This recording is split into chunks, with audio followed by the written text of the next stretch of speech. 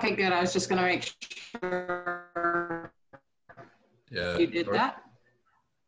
Your auto tune's going haywire. I don't want to my wife's house because I'm telling you what, it's been awful. All right, so only speak up when needed then. Okay. Can send my IT son over there to fix it for you. Yeah, I don't know. It's crazy. Oh, good. We got the agenda up. I don't need that.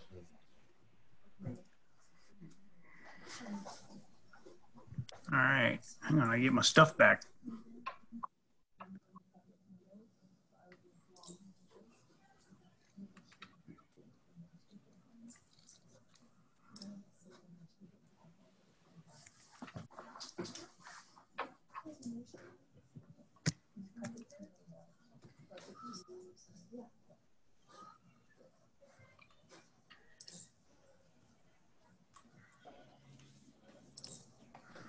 There we go. For those of you that are on, we are recording.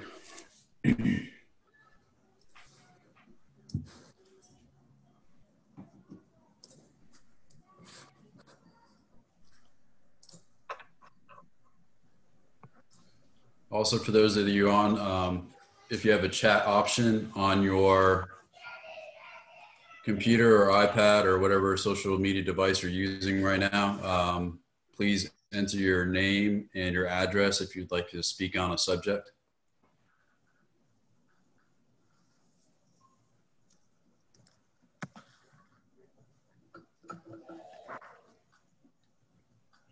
I apologize for any background noise.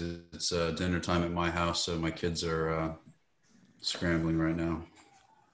Well, in a second, Jake's going to walk through here with his flamingo sweatpants on. So, hey, he's wearing pants. we're supposed to. Oh, that makes one of us. Are we doing the pledge, Jim, Mayor? Yeah. I'm sorry, sir. Are we doing the pledge? We'll do our best to do a virtual pledge. Oh, very nice, William. Can we sit so that we don't show everyone's midsection while they're standing? There's no kneeling. Yeah, I'll tell you what. Maybe we will defer the pledge this one time and move right into the subject matter. Yes, Brandy, you can defer to after the presentations, but again, remember you have 3 minutes per comment. And Brandy, if you can let me know what presentation or presentations, I can try to remember that as well.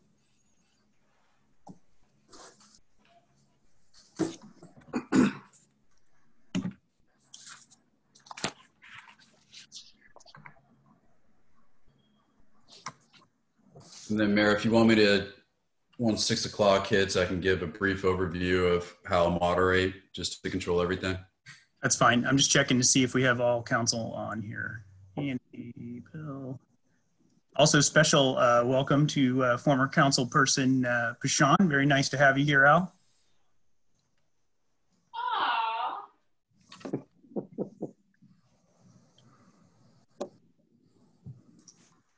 And Mayor, this is Al Pashan, and thank you and congratulations again to you. Oh, thank you. If you want to come back, we can work something out. Well, truly, I would love to be able to come back. We'd love to have you when the time is right. Thank you. Councilman McKinley, your haircut looks great. Thank you. Who's your barber? Obviously not Stella.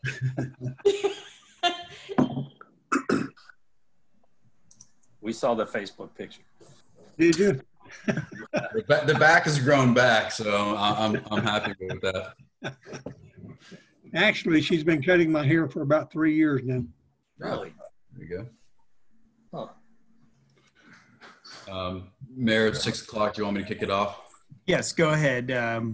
We'll go ahead and call our Town of Windermere April 28th, 2020 virtual council meeting for the Town of Windermere to order. Robert, go ahead.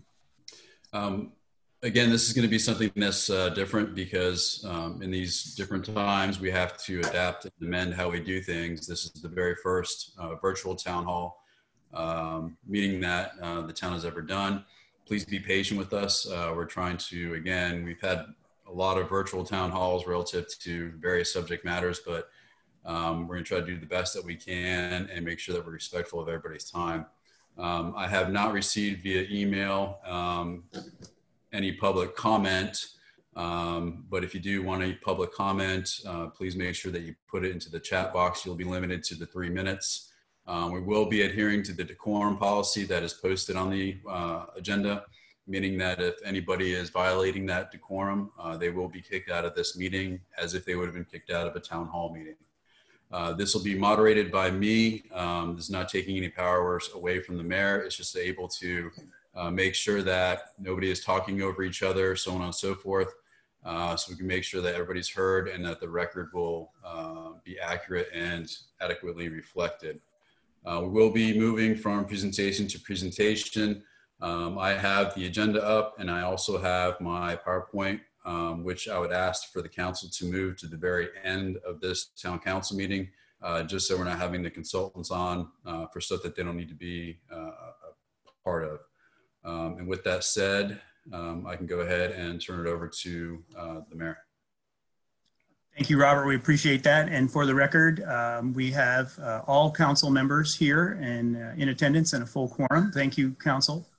We will go ahead, as I just stated a few minutes ago, we will not let this become a trend of any sort, but we will defer our pledge and invocation tonight and move directly to open forum if we have anyone here who would like to speak on any of the agenda items. I don't see anyone who put their name yet into the chat to speak, but if we do, now's a good time if you will let me know. And please make sure you include your name and address for the record, and you will be heard. All right, seeing none, and I will check back in a few minutes. Seeing none, we will go ahead and move to special presentations, proclamations, and awards. We will defer our FY 1920 mid-year budget analysis and 1 cent sales tax initiative discussion to a little later in the meeting, post other presentations if council is in agreement. Agreed. Anyone just that on council? Okay, good. We'll move there. All right. Robert, do we want to defer swearing in or should we swear everybody in first? We can swear them in first. And Mayor, if you'd honor me and going ahead and doing your swearing in. I would appreciate that. Okay. If you'd please raise your right hand. I, James O'Brien. I, James O'Brien. Solemnly swear or affirm. Solemnly swear or affirm. That I will support the Constitution of the United States. That I will support the Constitution of the United States. And will obey the laws. And will obey the laws. Of the state of Florida. Of the state of Florida. That I will in all respects. That I will in all respects. Observe the provisions of the charter. Will observe the provisions of the charter. And ordinance of the Town of Windermere. And ordinance of the Town of Windermere. And will faithfully discharge the duties of mayor. And will faithfully discharge the duties of mayor. Congratulations, Mayor. Thank you. Thank you, council, and thank you, residents. All right, little clapping in the background. This is nice. All right, so I will do the honors for Councilperson Sapp. Let me see if I can pull his screen up. There you go. I can see him. Councilperson Sapp, are you ready to take the oath of office? Thank you. I'm ready, sir. All right. I, Chris Sapp. I, Chris Sapp. Solemnly swear or affirm. Solemnly swear or affirm. That I will support the Constitution. That I will support the Constitution. Of the United States. Of the United States. And will obey the laws of the state of Florida. and will obey the laws of the state of Florida, that I will, in all respects, that I will in all respects observe see, we both had trouble with that. Of the charter. Observe the provisions of the charter And ordinance of the Town of Windermere. and ordinance of the Town of Windermere, And will faithfully discharge the duties of council member. and will faithfully discharge the duties of council member. Congratulations, councilperson. That's your second 2-year term. We thank you for your service. Virtual Next up, handshake. yes, virtual handshake. Councilperson Williams, you're not going to take this on the porch or anything, right? Please raise your right hand. Thank you. I, Lauren Andy Williams. I, Lauren Andy Williams. Solemnly swear or affirm. Solemnly swear or affirm. That I will support the Constitution of the United States. That I will support the Constitution of the United States. And will obey the laws of the state of Florida. And will obey the laws of the state of Florida. That I will in all respects. That I will in all respects. Observe the provisions of the charter. Observe the provisions of the charter. And ordinance of the Town of Windermere. And ordinance of the Town of Windermere. And will faithfully discharge the duties of council member. And will faithfully discharge the duties of council member. Thank you for your second term of service, and we all do definitely appreciate your service. Thank you. And I believe that will be a first for historical purposes, the first virtual council meeting and a first virtual swearing in. Council item BI is our town council meeting minutes for March 10th, 2020. I'm looking for a motion for approval. Motion to approve. Motion to approve by Councilperson McKinley. Second? Second, I believe, from Councilperson Sapp. Any discussion, council? No. Seeing none, we'll begin voting. We'll go in our normal order if that works. Begin voting with Councilperson Andrew. Aye. Aye. Aye. Aye. Aye. We pulled that off excellently. Very good. That was practice. Meeting minutes are approved unanimously. Robert, again, do we want to move directly to presentations, or do we want to talk about Waste Pro contract extension at this juncture? I think the Waste Pro contract extension is very basic, and I think it's easily understood. The current Waste Pro contract was to expire September 30th of this year. We had the RFQ, request for qualifications, all ready to go. The problem is when you send out an RFQ, then you're going to have a selection committee. They meet, they discuss, and then you probably have some presentations. And then you have to have all this completed by June, because the assessments have to go out in June if you were to increase the assessments. And with the fact that we're now in, pretty much stay at home, it didn't feel like the right time to put this RFQ out there. So the charter gives us those abilities to go ahead and do an emergency executive decision on extending that Waste Pro contract for 1 year. So it will expire September 30th of 2021. They have agreed to maintain the costs. I will be negotiating with them after this to make sure that if fuel costs or any type of costs can be saved and realized by the residents, we'll go ahead and negotiate that. But it will eliminate the fact of us going ahead and doing any assessment letters for this fiscal year or save some money. But we will still negotiate and see if there's any CPI decreases or any decreases because of fuel costs. Recycling costs, again, they're going to stay the same, and we still are going to maintain that recycling program. Just may need to change some of the items that we recycle from here on out. But again, I'm looking for, the staff recommends retroactive approval by town council through a motion and a vote. Just briefly, council, and then Chris, I see your hand up. We'll move to you. I do want everyone to know that this was one of those decisions that pained me a bit. Not that we're not happy with Waste Pro or anything, but I always like to have contracts bid out and make sure they're the most favorable to our community. And I know that we have all had some concerns regarding recycling and those type of things. But when this decision needed to be made, The future was quite uncertain. We're still not 100% exactly certain how everything will pan out in terms of abilities. We wanted to make sure that we had continuous service for our residents.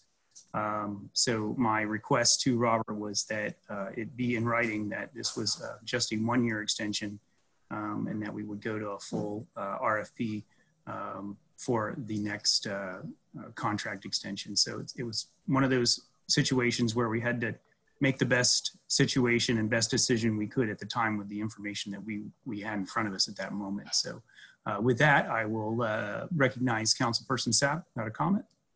Yeah, my comment was, it was in regards to recycling. I know you brought this up mid-contract in the past and the concerns about, recycling rejections.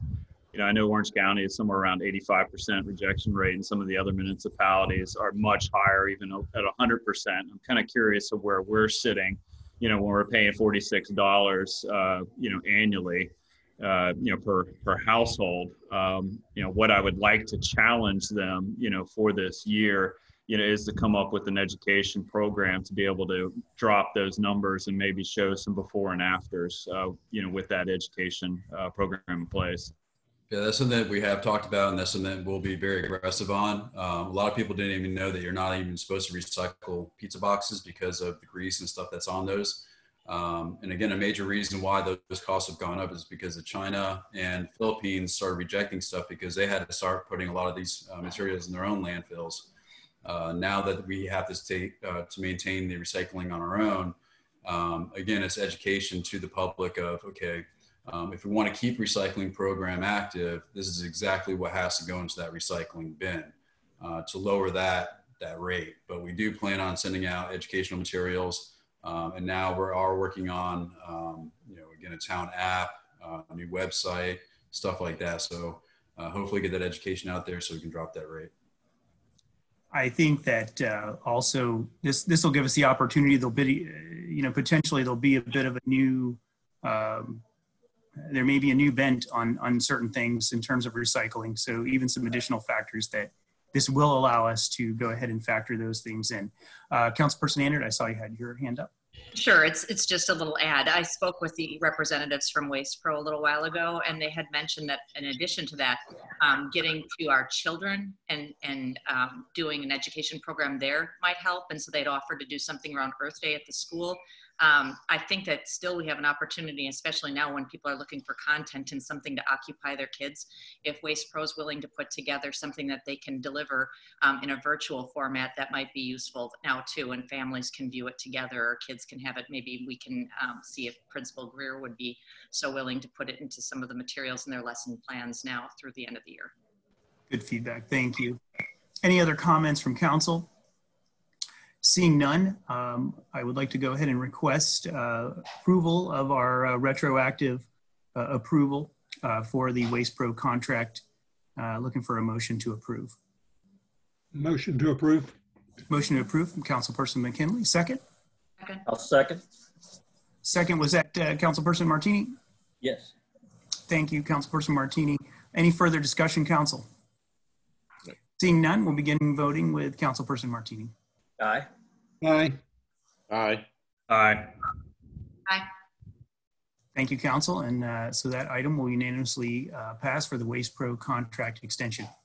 Next up is item D. It's our temporary town facility setup, tear down, contract not to exceed $280,000. Of course, staff will recommend approval. And I believe we have a presentation from, do we have that from you, Robert and Scott? It's going to be from John Fitzgibbon. Apologies, John. Thank you. Go ahead, John. No worries. I had to unmute myself. Yeah. So as you know, part of the process in the drawn out working on the permanent facilities, part of putting the permanent facilities together means relocating the staff for about a 14 to 16 month period. Scott and I have been working over the last 6 months, just getting ready for it. Obviously, you guys have seen the site plan. We've approved moving forward with Kimley Horn to do the site plan. The site plan is completed. We are now working with the contractor that we signed on for our CMAR in the development of the budget. for the temporary facilities. Just so you know, this budget has been competitively bid, so we're negotiating the indirects and the fee with the contractor, but we have an open book policy with the contractor to look at all the bids. So each one of these line items has a few or 3 or 4 different contractors that are bidding it. So we're making the selection together. It's fairly open book, but that was kind of the decision we made when we went with a construction manager at risk. We've actually been able to get the cost down pretty decently compared to what we thought the budget was going to be. So the numbers are there. What we're recommending, and these numbers are actually for both the tear down and the setup, included in the $277,000 or the 280 request, is both the setup and the tear down, and then restoring the site back to its original conditions. So we come in, we temporarily operate, and then we leave, and it looks pretty much like it does now, but probably a little more improved because the grass will be new and clean and different. And so what we're asking for is a recommendation. We did outline, in addition, once it is set up, what those temporary office costs are on a monthly basis. And you'll see those numbers below the estimate total as far as the monthly cost that the town will incur for the rental. When I'm working closely with Nora in the town on the insurance, so we understand how the insurance travels over. These costs that are included here on the monthly rental fees include the cost for the builder's risk insurance and everything else, so that the temporary office company holds the builder's risk insurance. They hold all of that. So the only thing that we would really have to insure is whatever we put in the building. So that should save us a little bit money on our overall insurance, because we're not insuring buildings anymore. We're insuring temporary facilities through a temporary office provider. So if you guys have any questions, my recommendation is to move forward. From a timing perspective, we're shooting for sometime in June, early July for the transformation of it, happening. And I think that, as it gets closer, we're trying to coordinate that against the permanent facilities, while at the same time understanding the temporary facilities, so that we're not having the existing facilities stay, undemoed and progress isn't moving forward. So we're kind of in the throes of doing that, but right now it's kind of looking like mid to late June. And to add to the cost, based on my own lack of knowledge in the construction industry, we were estimating this to be about $260,000. And what I did was I split it up between this fiscal year and next fiscal year. So we planned for about $130,000 for this fiscal year, and not the full 2 plus the rental costs.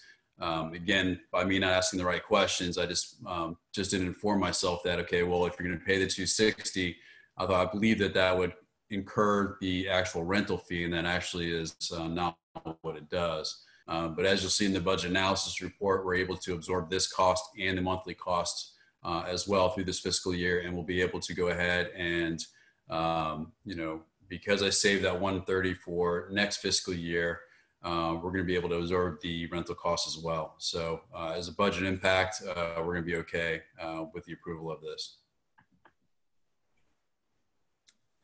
With that, I will open it up to council at this point for either a motion to approve or any conversation.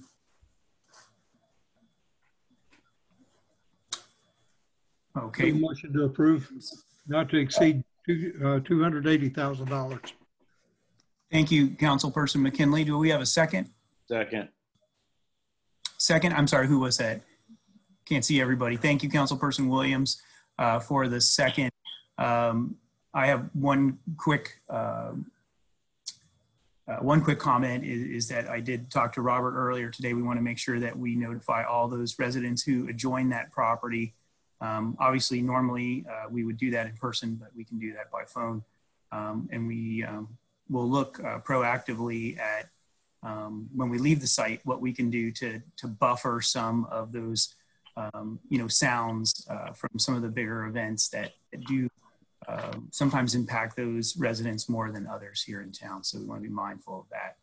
Any further discussion, council? Mayor, real quick too, and just so we're on the same page, it's not to exceed 280 for the construction costs, but we still need that $6,800 for the rental. The 68 for the rental. Yeah, that continues through the to the end of the project, which is about 16 months.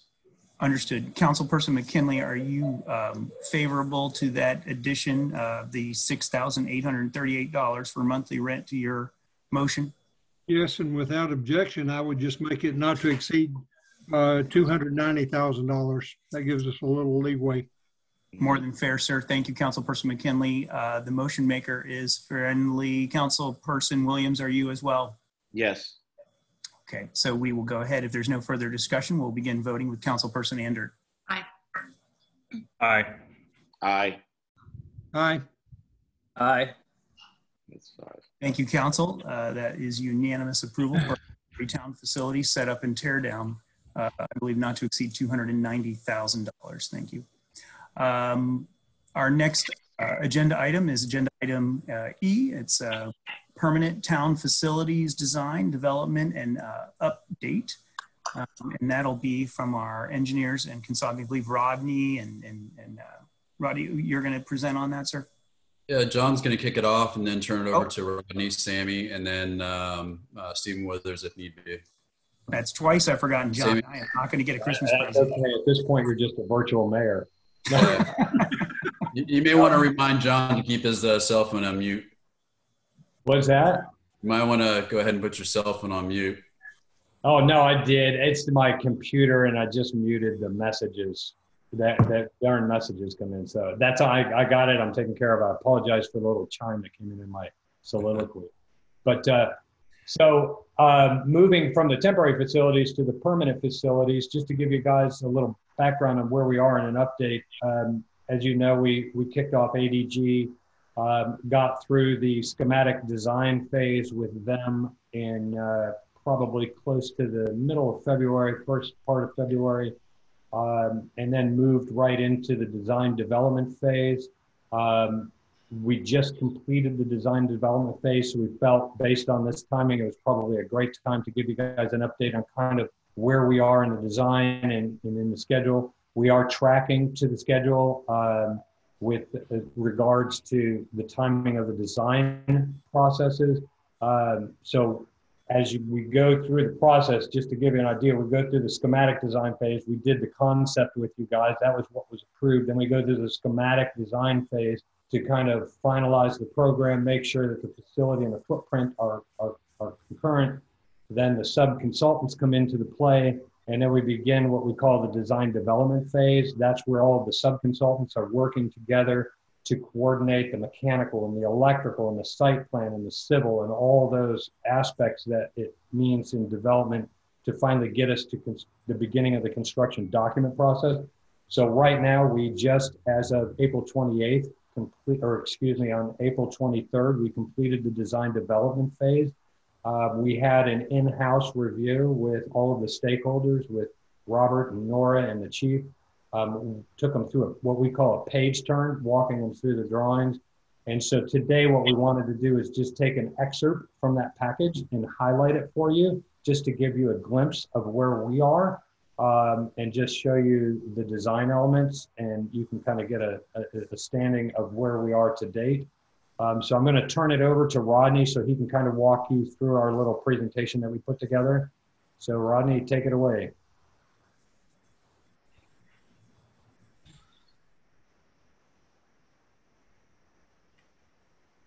Is Rodney there?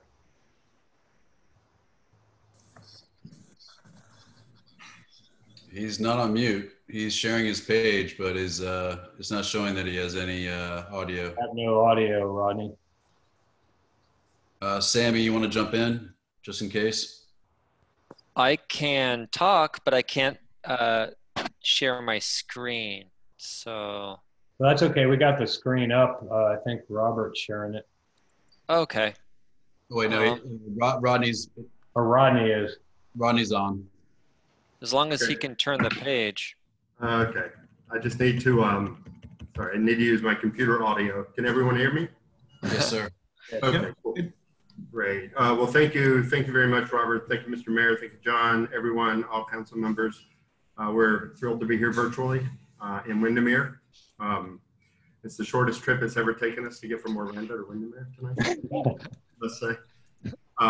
As John said, we're in the design development phase. We're finished up the design development phase this past week. And we're happy with the way things are turning out. This is the master plan that we have worked out. As you can see, I'll show you in my cursor here, the circle, the downtown circle, traffic circle is right here. Sure. And we've got our police admin building located on the north side of the site. The admin building twisted a little bit so that it faces more of the traffic circle instead of being parallel to the police side of the building. There are a couple of reasons that we did this. We wanted to provide as much room here in between in the area. It's going to be the plaza, but also we moved the building so that we could save more trees. And we've been working with the town's arborist to identify trees that were either not healthy and could be taken down or would complicate the design. We have gone to great pains to consider protecting the roots. The arborist was just out there doing shovel tests so we could see how far the roots are extending past, and we can actually design our foundation of these buildings to work around the tree roots instead of compromising the tree roots. So with that said, we've got our building located, as you've seen in the schematic design phases and the preliminary programming phases. Administration building is here to the right. Police building is to the left with a connector, a community public space connector in between. South of that, we have the main entrance into the security areas in the back of the facility. And then we've got a public works building along with a CEP, which is a central utility plant, and then some secured unconditioned storage for public works. We also have the public yard maintained so that we can house all the needs for the city. That has its own separate entrance, which is also secured. And just right next to that, we have a trash enclosure for that. It's important to note that the line of the fence stayed the same. We're not encroaching any further into the schoolhouse than it is already. So this is just more of a graphic site plan so you can see. Basically, we've got the building here. We've got a driveway going through the back of the site, entering into a secured area where we've got some secured parking. Not a tremendous amount of secured parking, but some.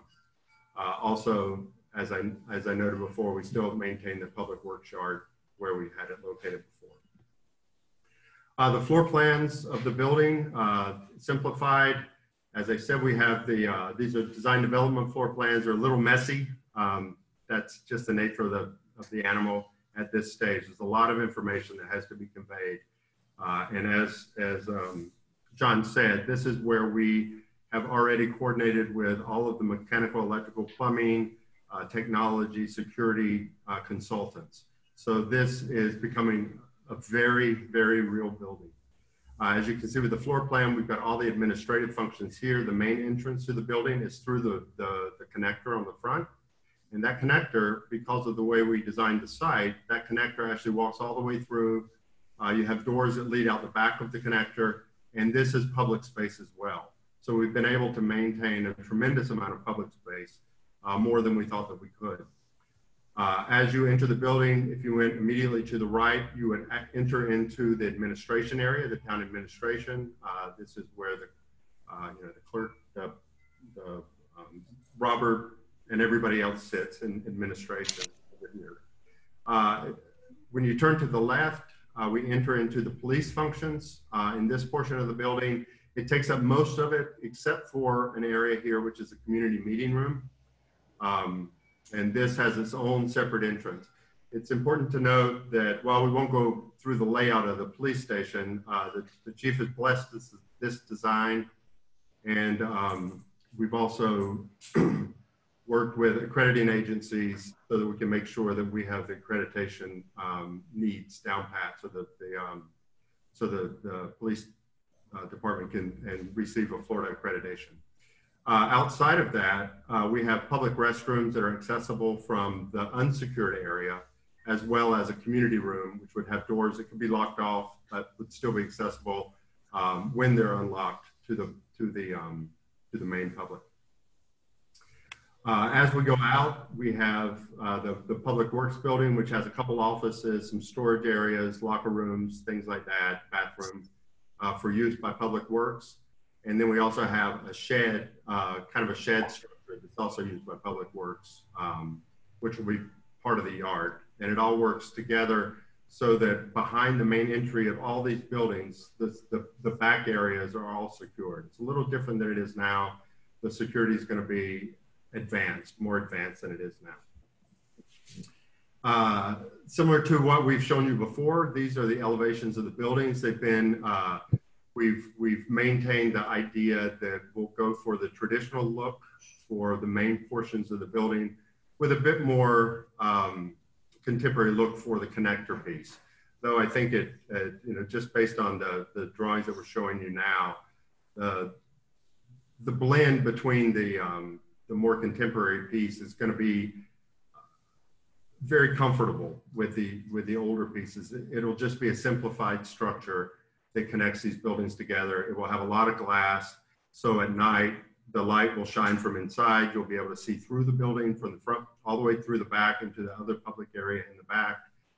It creates a very, very nice transparency while still giving all the ballistic ratings and things like that to the police department as they need. And here you can see on the top, this is the front elevation.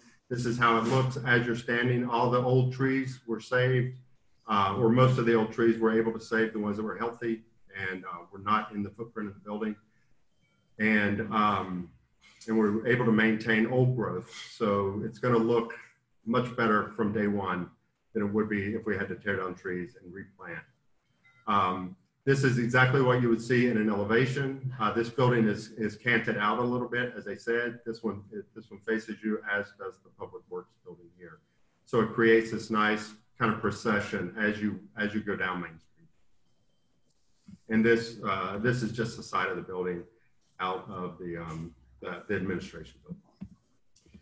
And then we have the renderings. This just shows, you know, maintaining. These are a little out of date. They're not quite the latest renderings, but it shows you how we're maintaining all the bigger old growth trees in the front, creating a plaza, and we'll have a plaza here. We'll actually have 3 flags per the chief's request.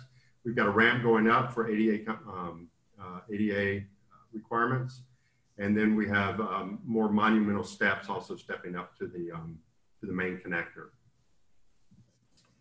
This is a photograph of the main connector, or a rendering of the main connector. As you can see, like I said, we've very much simplified this connector. That's what sets it apart. It's not such a you know, glass and steel structure or more modern structure. It's much more contemporary, just simplified, so that it actually allows the more traditional design of the buildings to stand by themselves. And again, this is as you go further down, looking back. And then these are just some more elevations showing the other sides of the buildings. So this would be looking in the front, the back, and the side of the building at administration. And these are the other sides of the building. These are the elevations that we use in our design development plans that have some of the finishes listed. Just a couple of the special things. We are putting a standing seam metal roof on this. None of the entire building is non-wood based. It's going to be metal studs, metal structure, concrete block walls with hardy board on it, so it looks like clapboard siding to hold that traditional look. However, there is no wood, so you're never going to have any kind of termite damage or anything like that. There's no fear in that. And then here are just some of the other side elevations showing some of the other buildings that are on the site. And I believe that was it. why don't I just go back to this first pretty picture and leave it there. Real quick, Rodney, I had a couple of questions prior to the meeting. The first of which was to make sure that when it looked like we were doing the aggregate storage, it looked like it was bumping and encroaching further into the 1887 schoolhouse site. But based on your comments and based on the overlays, we're actually being less encroaching onto the 1887 schoolhouse site, but for that area where we had the actual aggregate. So when you're close to number 11, it shows a bump out and then it shows a bump back out closer to the 1887 schoolhouse site too. And that will be walled and we will be doing additional landscaping once the project is completed. So we're not losing any parking and we're doing less encroachment actually onto the 1887 schoolhouse site.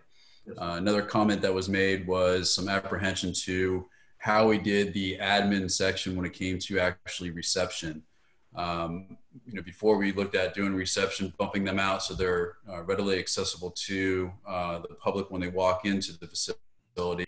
And then we had some security concerns because again, this is kind of an anomaly where you have a police department and a town admin facility coexisting with each other. Based on Chief's comments, from a security standpoint, and based on the fact that, the town admin reception would be as a backup to the PD admin reception, that town admin reception also be sealed off, meaning that you would have the window and have to come up to the window in order to access that area behind that window. Prior to that, we tried to see what we can do as far as, making sure that, whoever would be the receptionist at that time would still be out there. It'd be very accessible. You could talk to them. But because it is coexisting with a police department and, we're in a different age and different time right now, especially, with the pandemic that's going on right now, we'll try to make it as inviting as possible, but that person would be behind a glass shield. And then the third question that came up was why was it kind of shifted? Again, that was because we wanted to make sure that we saved as many trees as possible. Robert, if I could add one on your second point about the protection for the admin area here. What this wall indoors also allows us to do is at night when the administration is closed, we're able to close off this entire area, allowing absolutely no admittance into this area while still leaving these areas. So nobody coming into these public areas could access either side of this because it's all secured doors. They couldn't access the receptionist's desk or anything like that either. That's all behind closed doors. Yeah, that whole idea was that we wanted to make it as flexible as possible for the design of the community room. So if you notice through the lobby and into the community room, in essence, you can leave those open for late night meetings and those kind of things, but yet still protect all of the, the personal things and everything else that's within both the administration and the police department. So it gave the community still the opportunity to have a community space, while at the same time still protecting the admin and the police department. Mayor, we do have Brandy Haynes would like to make a comment or a question, but we wanted to make sure that we had council first to see if any questions, comments relative to the proposed facility schematic design. Absolutely. Thank you, everyone, for presenting. And Brandy, we will certainly make sure we get your comments momentarily. Council, any questions for the experts in the room? I have a question about the community room. Was there any consideration towards putting an exterior door on the community room? I believe there is there not? There was.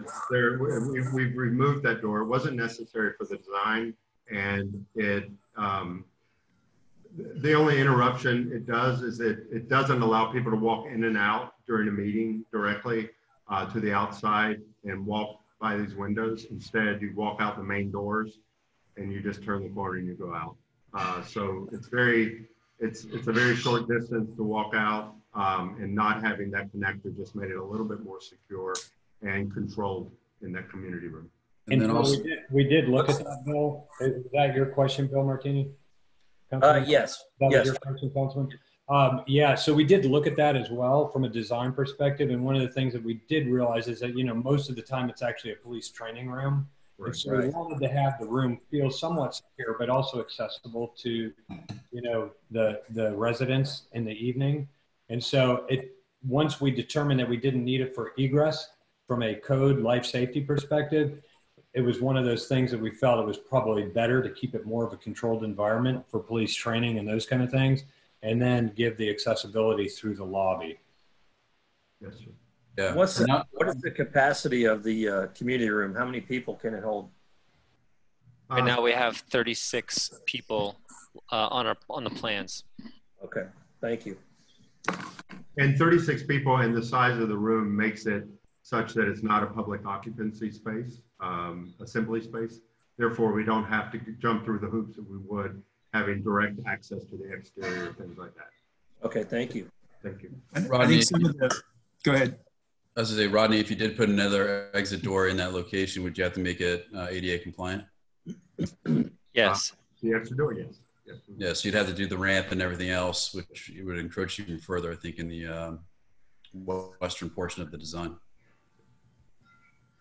And I think one of the interesting things that technology allows us now is that we can grant codes for the keying. So folks who need to have a meeting in there can have a code that will work for a period of time, but it won't work for, you know, it won't work indefinitely. So they'll be able to go in and out. Can we get those for the boat ramp? Well, we'll talk about that next. All right, thank you. Any further questions about the new town facilities? Council? Yes, it's Chris. Good, Chris. Go ahead, Council. So 2 questions. One, did you guys identify a location for the septic? Yes, the septic system will be out in this area right here. We had the room on the site plan to identify this area. This building, because of codes, will never encroach this way. We're at a minimum distance between the property line for this. So this allowed it to be an area with no major trees and no compromised building area out here as well. Rodney, scoot down one page on the architectural site plan. There you go. So what you could, because we did take that sidewalk out that was right there going to the parking lot to give additional room for the septic. So the septic system will reside right there, Chris. Right. Okay. Has it been determined if it needs to be raised? And nope, we won't have to do it. Okay. Based on the soils report, we're good. We are actually, if you can go back to that, Rodney, real quick. If you notice that accessibility, that's more of an egress coming out of the building on the back side of basically the north side. That is actually a ramp. And so what Sammy and I have done is we've actually raised the slope of the ground coming up 18 inches to that so that it doesn't have to be a ramp and we don't get into those costs. In addition to that, what it did was it gave us extra coverage. But as you come to the front of the building, the ground will slope back down to still give it the appearance of an elevated building. So it's actually kind of worked in our favor for 2 things. One is additional coverage over the septic, while at the same time providing ADA accessibility to the emergency egress out of the building. While maintaining the look of a more traditional building. Correct. So is the administration going to be just using normal trash cans and Public Works taking over to the trash deposit area that is over in their yard, or is there going to be another dump site? At the time, that's currently the only dumpster location that we do have. And it's in a dumpster enclosure location, so it's not sitting out. So we can kind of get rid of the garbage cans and everything else. So it's really just kind of a call on how we run the operational side of that with the maintenance and empty the trash, you know, for them to, you know, put it all together in big bags and then carry the bags out, put them in the dumpster. Then we don't have to have 2 trash cans sitting outside the entry of our building. Yeah, I prefer it there. At one point, we were talking on 6th Avenue there, putting a. Yeah, we were trying to keep it away from, you know, that kind of central block area. And then by putting it in an enclosure where we've got it pretty much located right now, it pretty much will be hidden. Perfect. It allows the trucks to come in and back out. Right. And in addition to that, it's integrated into the screen wall system, so it's not this, you know, dumpster pad sitting out in the middle of nowhere. So it kind of feels integral to the design, so nobody will really even know it's there. And it's really quite, the location worked out really nicely because it's out of the way. When it was over in this area here, it would potentially compromise the coming and going of the police vehicles. But where it is now, the only thing that would ever block it would be someone wanting to access the yard. One more question on the site plan portion. Has Kimberly Horn and Associates given their blessing on this with their roundabout study? Actually, I can answer that. We're working on it. We've got their 2 initial early concepts, which, Rodney, if you could bring your, or whoever's controlling the mouse down by that little corner there, by the handicap, it looks like a little handicap ramp. Right now, they're impeding maybe a little bit and just cutting off of that current little parking spot that nobody really parks in. So as far as the current impacts, it doesn't impact the site at all. What we're working on right now with ADG is they're taking their CAD files. We just got their CAD files from Kimberly Horn. We're overlaying it on the current site plan to allow us to look at a potential shift even farther west, where it's still not impacting the facilities, but allows us to not have to worry about right-of-way acquisition on the east side. So we have some room to move it west. That's what we're currently studying. But right now, the current plan doesn't affect our facility plan. And I think we still have more room to push to the west. Okay, so we potentially could see one more site plan with a slight modification. Yeah, put it this way. We're on it and we're testing that and we're looking at what the impacts are and working with Kimberly Horn in association with their civil. And from what we've seen from the early designs, it should work. That's good. The central plant portion of this, I know we've gone back and forth on this. So what's that going to contain? AC generator? Basically, it'll contain the condensing units, the AC units. It'll contain the transfer switch for the generator, and then the full generator. The reason that it's that size is for the required accessibility. And if you zoom in, you can see we've got the actual locations. And so those dotted lines that run around the perimeters of each of those hard lines are actually the required by code accessibility to the units for servicing and maintenance. And so that's really kind of what's driven the size of the utility plant. Yeah, it was a little bigger than what we had originally thought. Yeah. And that gives us our full generator capacity to run the building with everything we need. It runs the entire facility, both public works, police, and admin. That's good. Right. That's good for emergency preparedness. Excellent. All right. And I also like what you guys did with the fence. You know, you fenced in what needed to be fenced, but you left very public the remainder. The proper feel, I believe. And Jim, in that design, where number 10 is right there, in the future, what we wanted to do is look at future design. So from the fence to the property line along 7th Avenue, what we did was we tried to maintain enough room for both parking on each side with the correct aisle width. So 20 feet of parking space, 24 feet of aisle width, 20 feet of parking space. So the distance from the fence to the property line allows that future potential for parking. The other thing is that we were very sensitive, and I think we're actually made an improvement around the schoolhouse and the schoolyard by kicking the fence down, 45ing it out, because that's a little less encroaching than it currently is. And so through that design, we were actually able to improve the kind of the feel around the schoolhouse as well. So it's going to breathe a little more.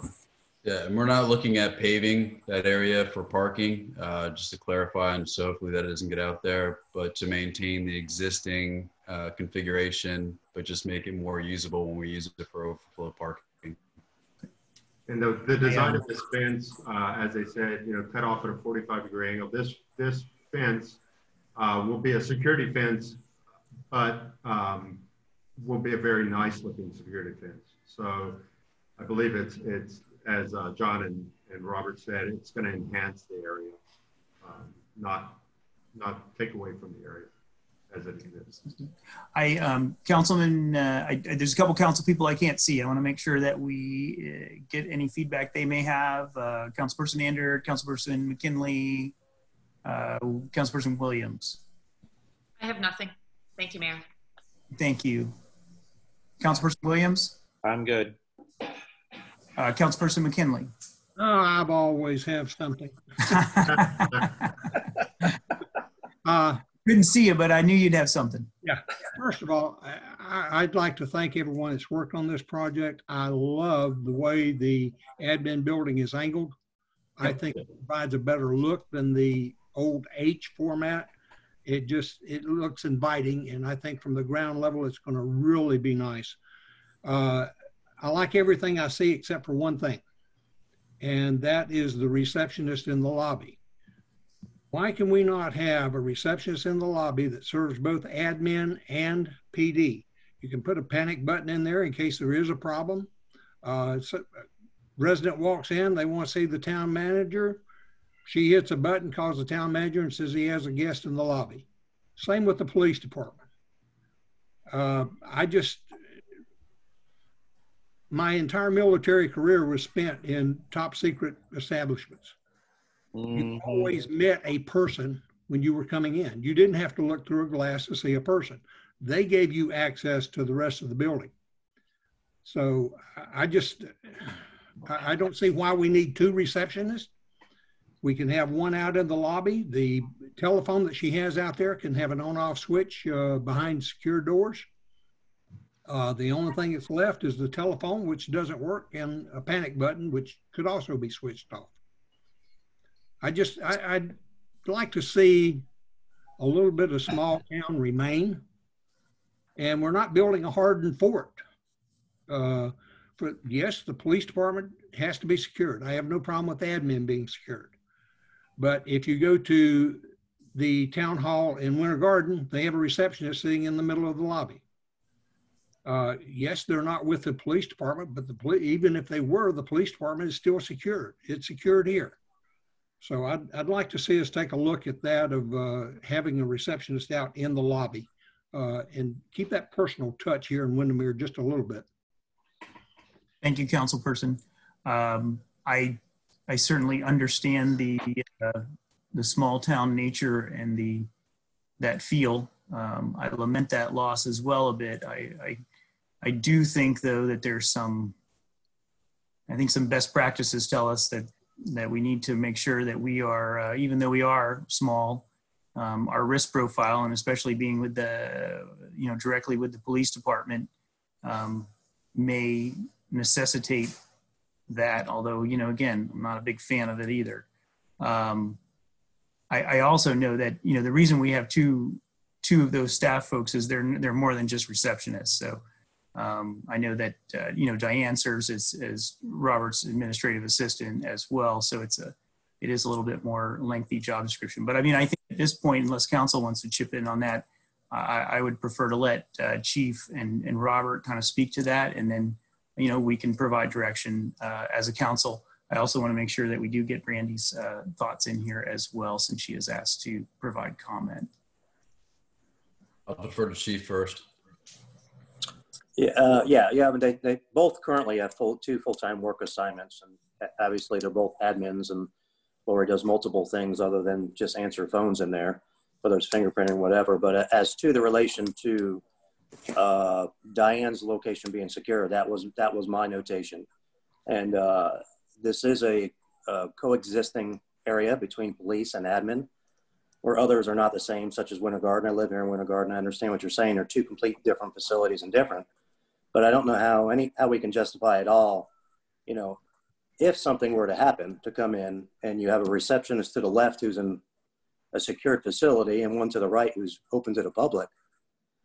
I just don't know how we can take on that liability.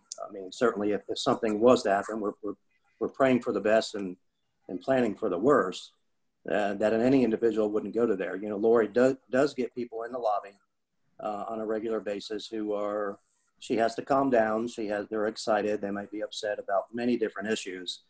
And my impression was, you know, if somebody comes into the lobby, they're definitely going to go to the person who's sitting out in the open, who's going to be much more vulnerable to, you know, any kind of issues there. So for me, it was a matter of both of them should have the same security on both individuals, because you really can't, anybody coming in there wishing to do harm, it is a police department. They're not going to say, oh, admin's on the right and police department's on the left. So for me, it was just a security issue. There were plenty of issues. I helped build the sheriff's office when we did that. All of our personnel are behind the safety glass there, whether they're the admin side or the police department side. Winter Park Police Department's the same. Most of the other police departments are the same as that. So there are a couple little ones, like you said, as Winter Garden, that are completely different facilities that are, you know, 100 yards away from each other. So completely different buildings. So that was my take on that issue. Is there you know, maybe the architects can also assist here. I know that there are a lot of different types of enclosures, some which are much more open and inviting than others. I think this is an area that, you know, I agree. We want to have that accessibility point or view. There may be some techniques that we can use there to make those as open as possible. Sometimes being full height rather than, you know, cutouts and things like that can do that. You know, it may cost a little bit extra, but it may be very worthwhile to have that. I know also one of the reasons why we didn't have the receptionist in that main shared lobby area was some of our discussion and hope to utilize that in a variety of ways for different small functions and things like that, councilperson. So as well as the access to the community room. So, you know, I kind of saw that as some flex space that we can use for smaller functions. And that having that office there in the middle may take away from that as well. Certainly it has an inviting factor. There's no doubt about it.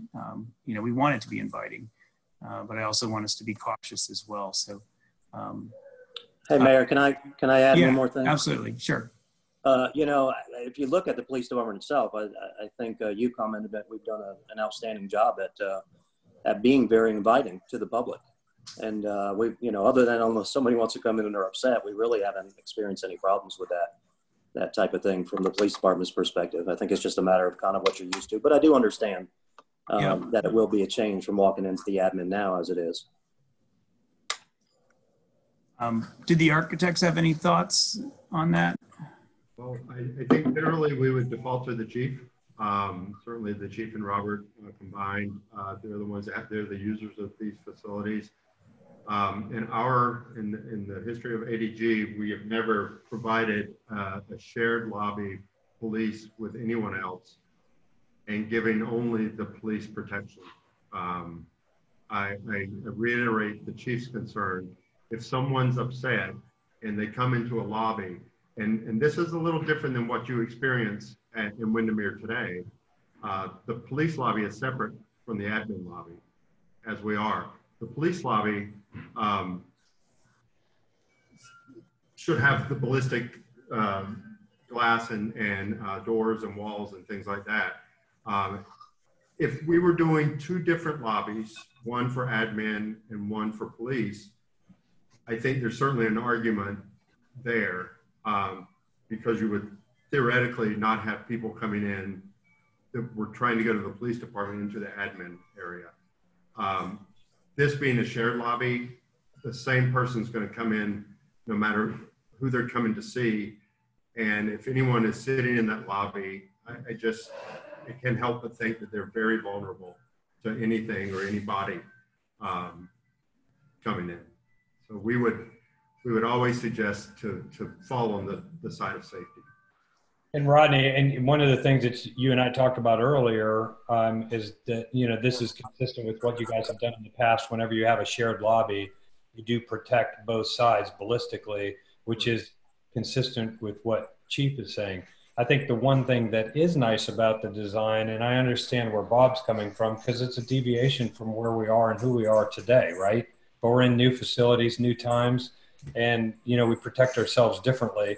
And so for us, as we have the challenge of how do we have a community space, how do we have a lobby that's inviting where people can come in, either go to the police or go to the admin building, but yet have separate spaces still shared, but yet also have community spaces that can be open at any time and still shared by the community. So what we tried to do through the design is blend a community room within operational facilities of both police and admin. And when you do that, you have certain things that change a little bit, but yet the lobby will still be very inviting to a lot of people. But to Bob's point, I understand you don't have that personal one-on-one to be able to walk up. I don't have a good feeling of knowing that if we're protecting Lori over on the police side, to Chief's point, that we can't have an exposed person on the other side, because when someone comes in, they don't know whether the police is to the left or to the right. And so that's how our design evolved, and that's why we chose the route that we went down. My point being is there really a need for Lori to act as a receptionist? You said she has other duties. Let her do those duties. We have a receptionist in the lobby. When a resident comes in, they say, I need to see the police department, I need to see the town manager, whoever. She can buzz Lori at that point in time and say, you have someone in the lobby that needs to see you. As far as safety, you go to almost any business, you come to mine. And I have a little button down there on my desk, so if somebody comes in and points a gun at me, I hit that button. It only takes Winter Garden Police a few minutes to get there. It's a panic button. Most places have that. I just hate taking the personal one-on-one out of it. And if we're looking at residents coming in upset, I don't know. I don't want to, you know, I don't want a 50 caliber machine gun bunker outside to guard the place. And I sure want people to be able to walk in, see a face, have a one-on-one, hey, I'm here to see the town manager, the clerk, or the finance, whoever, rather than having to stare through two pieces of glass, one for the police department and one for admin. Have one receptionist to take care of the whole cotton picking thing and put them out in the lobby. That's my point. Okay, I just don't see a need to protect everybody. I mean, if somebody's upset, they can get you going from your car to your office. So if people, how many people have come in upset and jumped all over Diane? I mean, I'm sure there's one or two, but I have people jump on me every day too, or once in a while, not many times. Thank you, councilperson. Anybody, any further conversation there? Does anybody feel any differently? Stephen, thank you. Go ahead. Just as a comment, I was looking at, we talked about that space being for display and community. And as I was looking at it today, I was trying to figure out where we could put display units. And then it came across, you know, right in the center of that space would be a great place for the Christmas tree and all those sort of things. We, you know, celebration type of things. That'd be cool.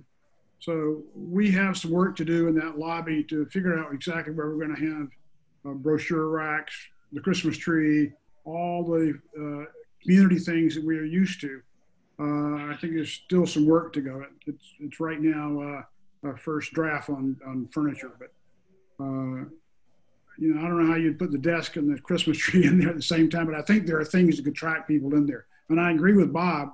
We need to think about being the community we are. But I also agree with the police chief that we got to balance the common sense of coronavirus coming in there. And every place you see now, the desk has a big plastic thing in front of it.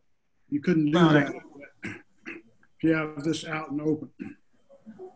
And I know from my visioning, Stephen, I was thinking that this would still be very open and that, you know, it's just a simple opening of the next door to walk into the office. It wasn't going to be, I don't think it's anyone's intent to set up a scenario where people don't have that level of access. Most of the people that Diane will see you know, for the most part, are people that you will have seen before and recognize. And, you know, it's a pretty simple, you know, open the door and come in, or, you know, hit the buzzer and you come on in. Much like when I go see people at the police department as well, although they, you know, they are different, there's no doubt. Yeah, would like to let Brandy comment. Brandy, before Brandy, let me just, from a design perspective, let me just, let me just tell one additional thing, and where we've got it zoomed in on. If you look at reception door 124, and thanks, John. Who's ever doing the cursor? One of the things from a philosophical perspective that we looked at was the lobby was kind of our front porch. It's no different than our front porch today. You come into the lobby, it feels open. It's the sense of place and everything else. And people walk into the front door of the reception area where Diane sits. And then, you know, they still have accessibility. We were even talking about putting a couple chairs there where people are waiting.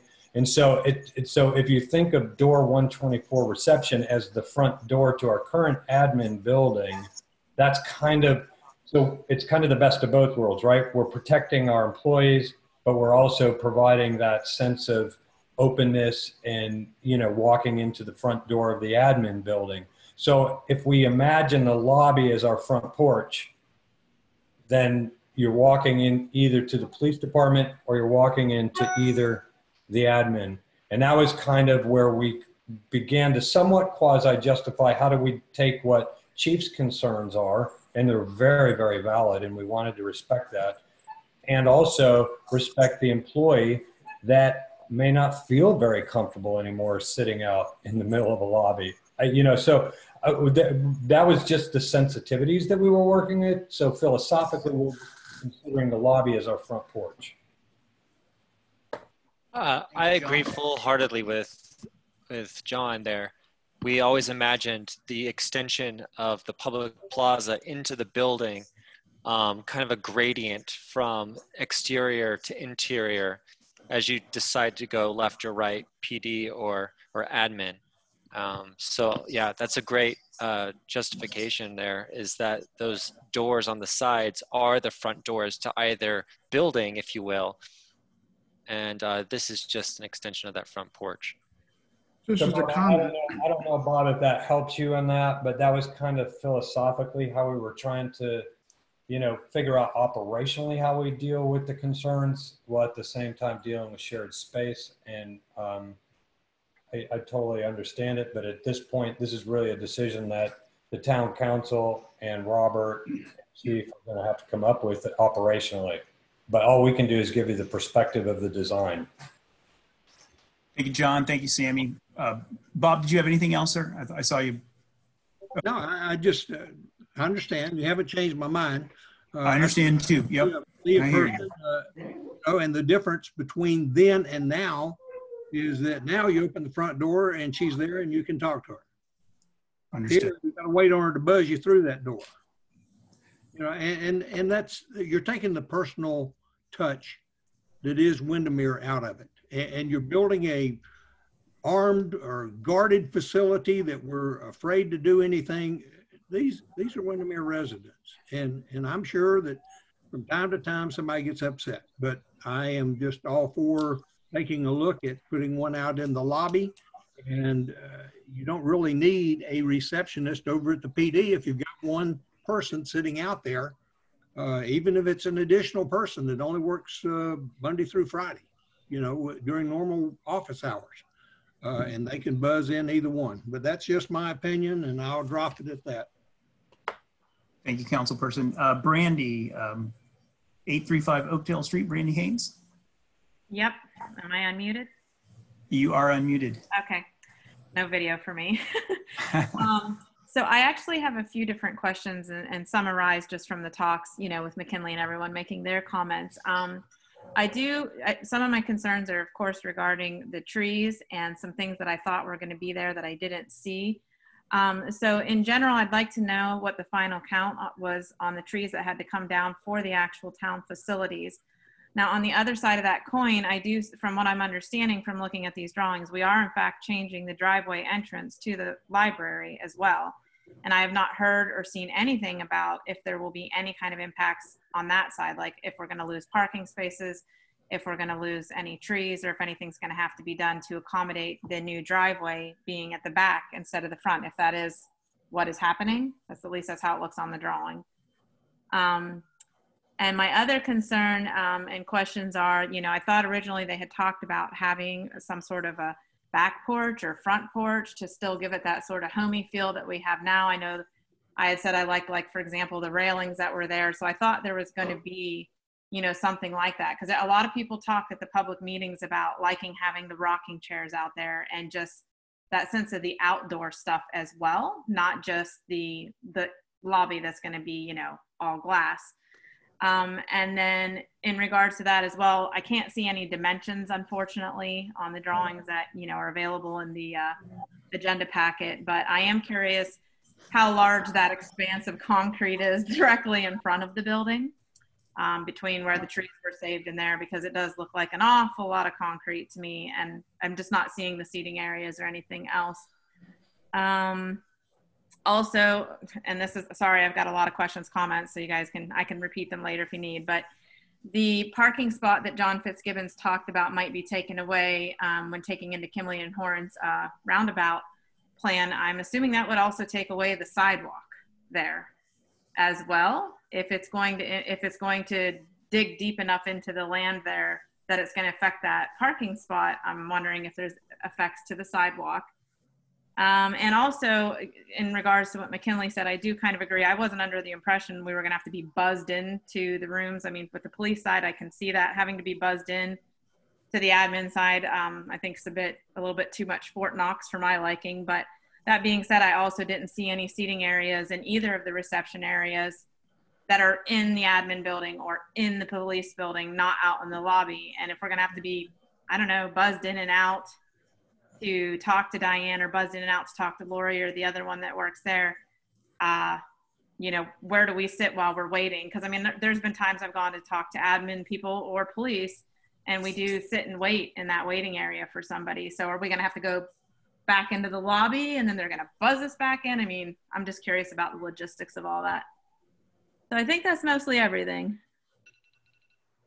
Oh, and is the lobby open 24/7? That was my other thing. Okay. The lobby's not going to be open 24/7. I can answer that question. If we do have community meetings, then we'll make sure that we have access points that they can get into the lobby area and then into the training room. Relative to seating for the reception side or the town admin side, as John already explained, we'll probably add a couple seats over there right behind 124.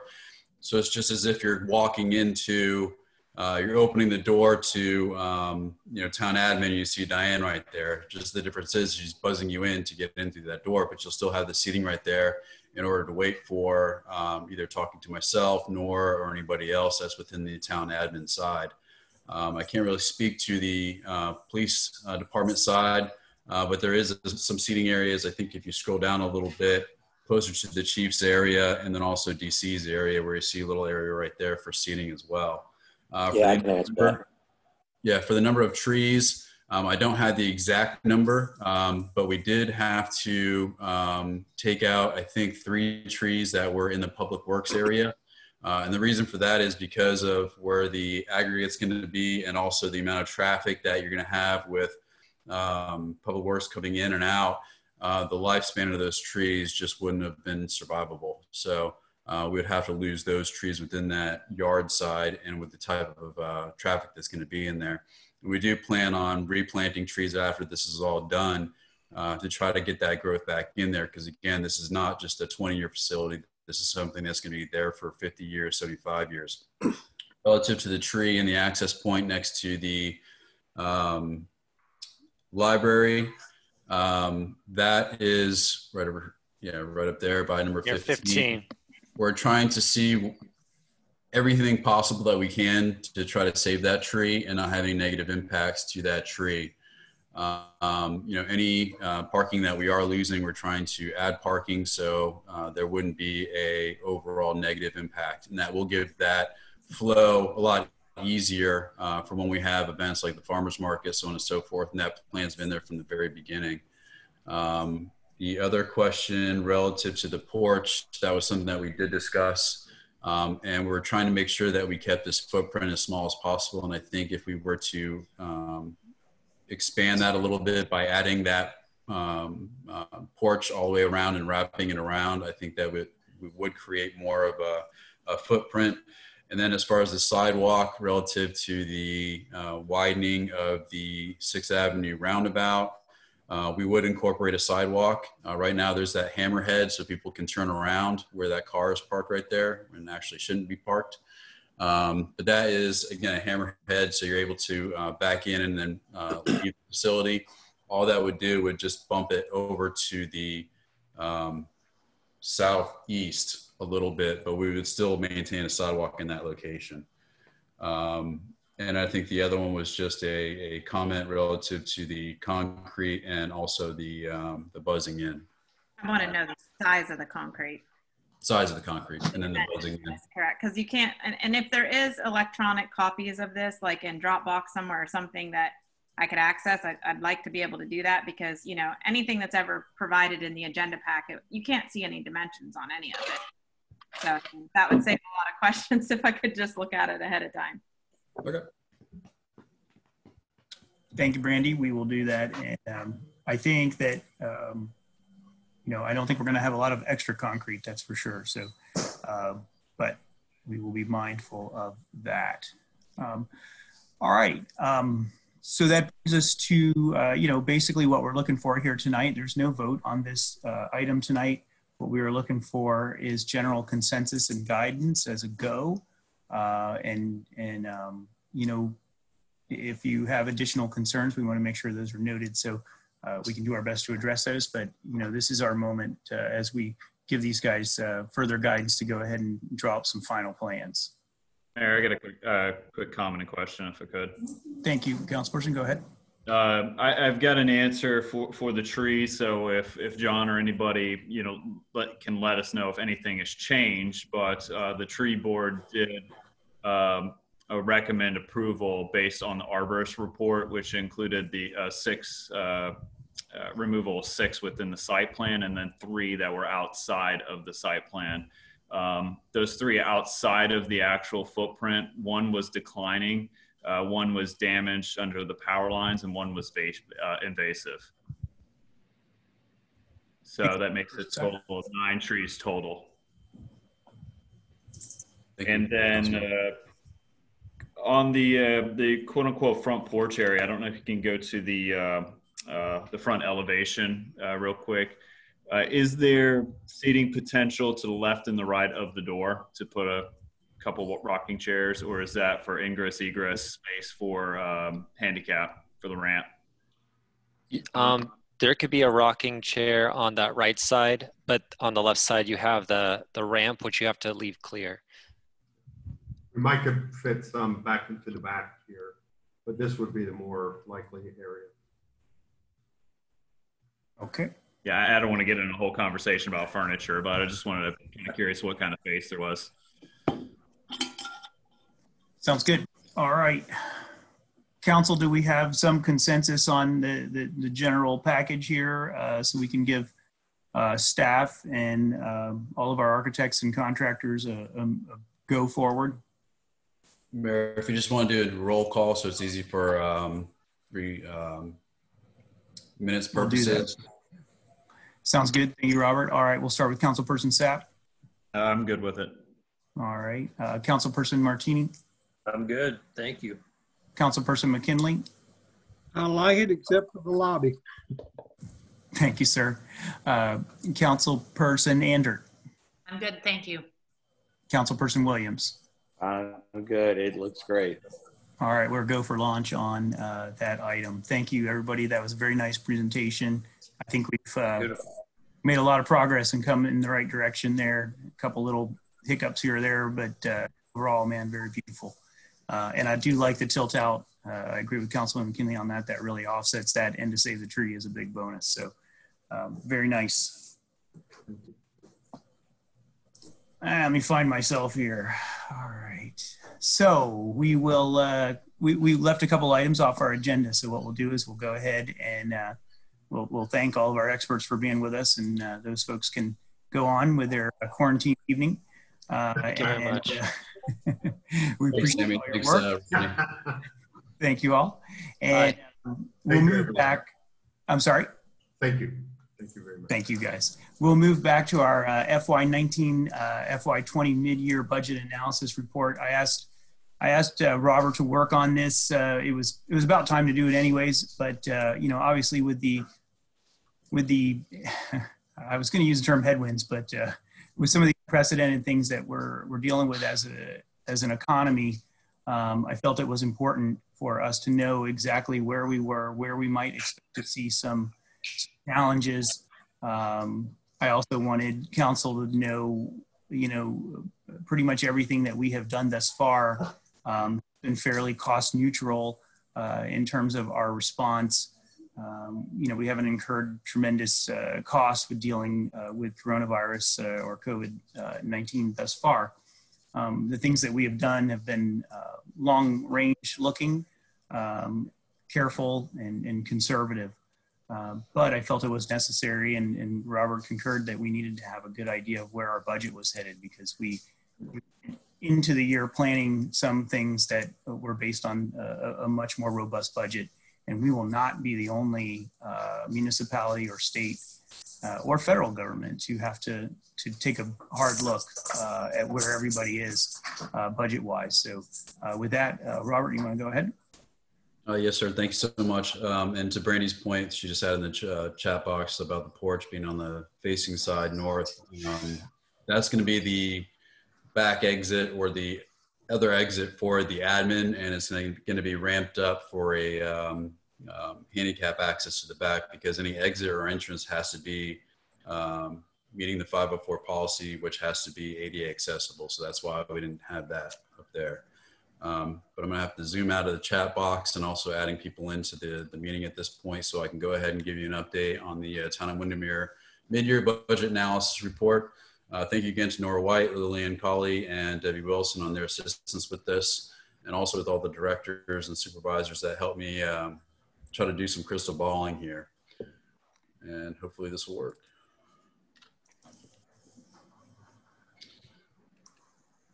All right, so you can see how the general fund revenues are typically collected, ad valorem being the majority of our general fund revenues, and that's a good sign because everybody is still paying their taxes, and we typically get that in November, December, and then some in January.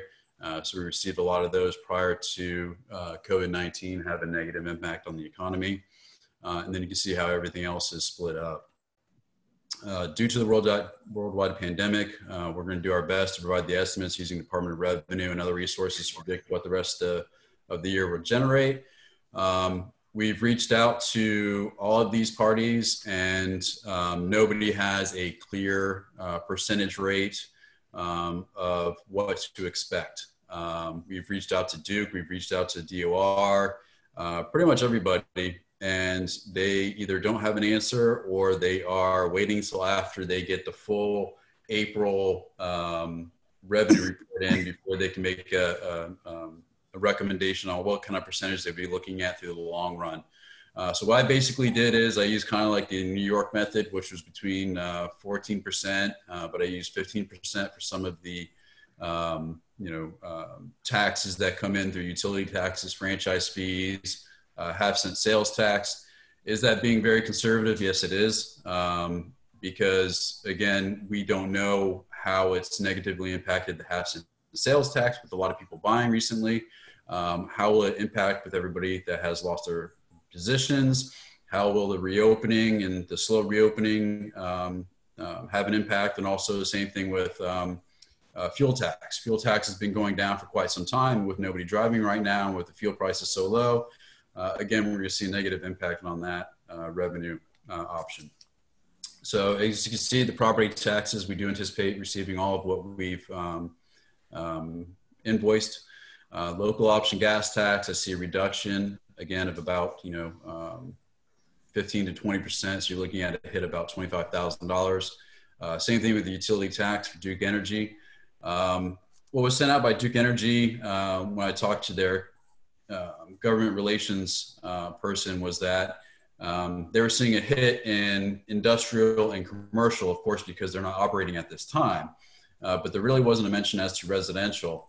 Now with everybody at the stay at home and with 99% of our tax base being residential based, maybe I'm being very cautious on this, but I did estimate about a 15% hit on that as well. Now, once April comes through and we see if it's going to trend up, because everybody's staying home using their social media devices, their computers or TVs, we might not see that hit that other municipalities are going to see because their tax base is really diversified with that commercial and industrial. I don't see any issues with water or natural gas.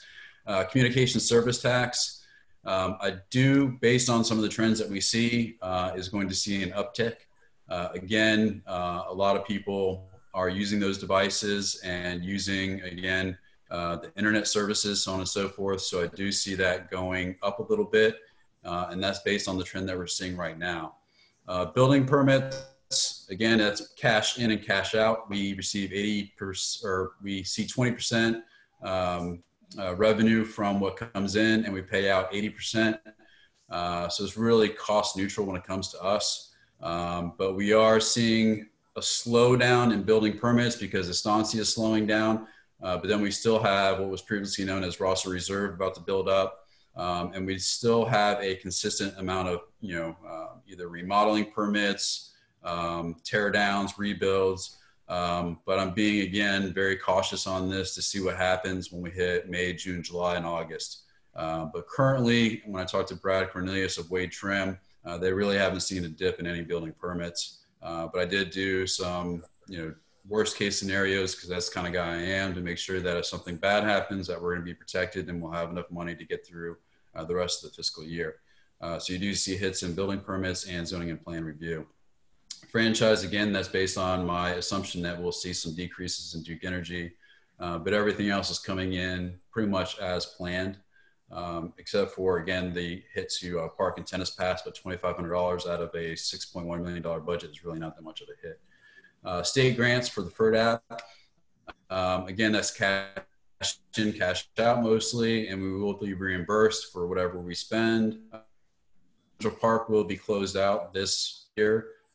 Wood Park will not be closed out this fiscal year. We're still working on getting the permitting and design solidified for the walkway into Lake Butler.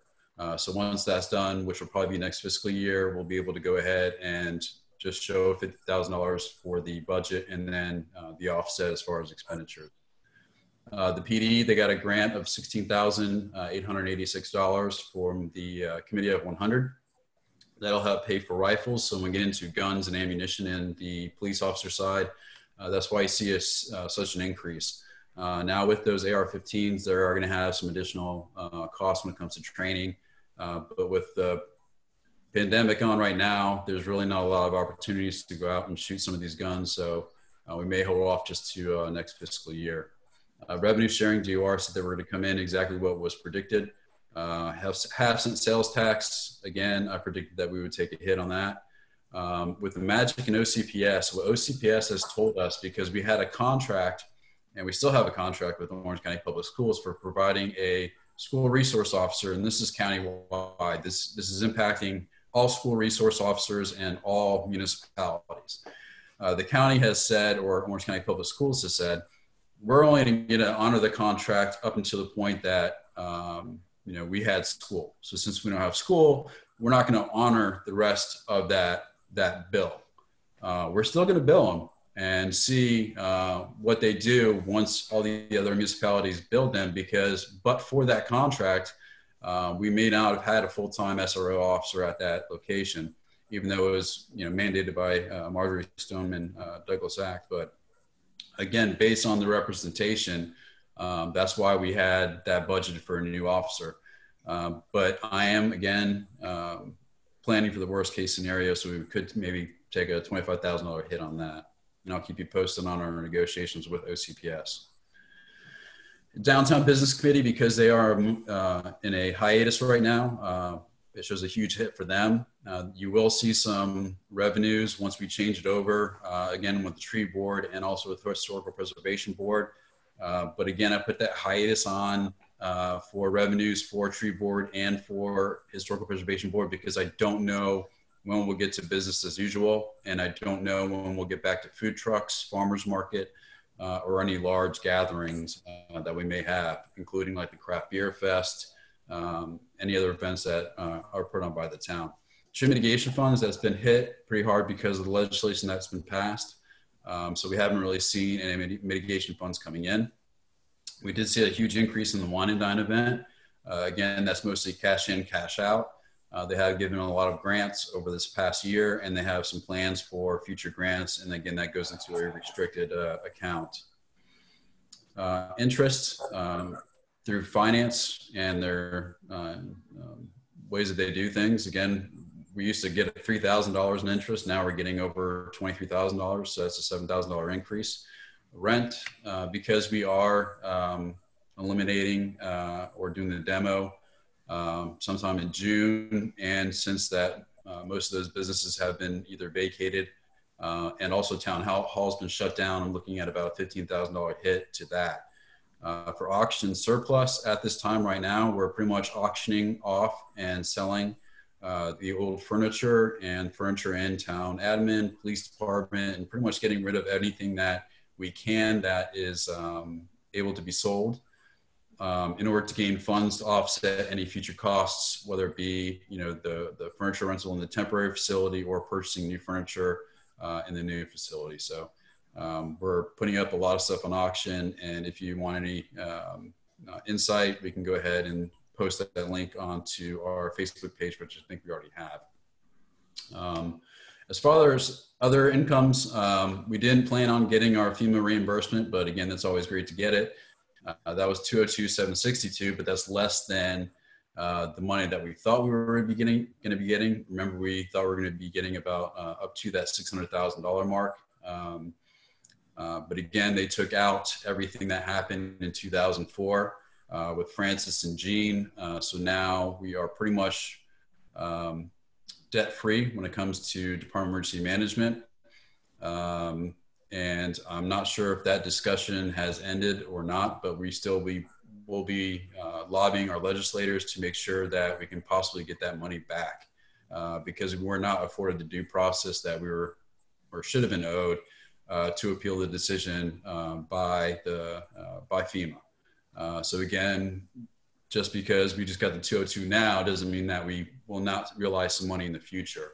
But with everything that's going on right now, it's going to be hard to probably get some legislation through and or some movement on trying to get reimbursement through hurricanes, especially when we're going through a pandemic and going through a lot of budget issues when it comes to revenue sources for the state.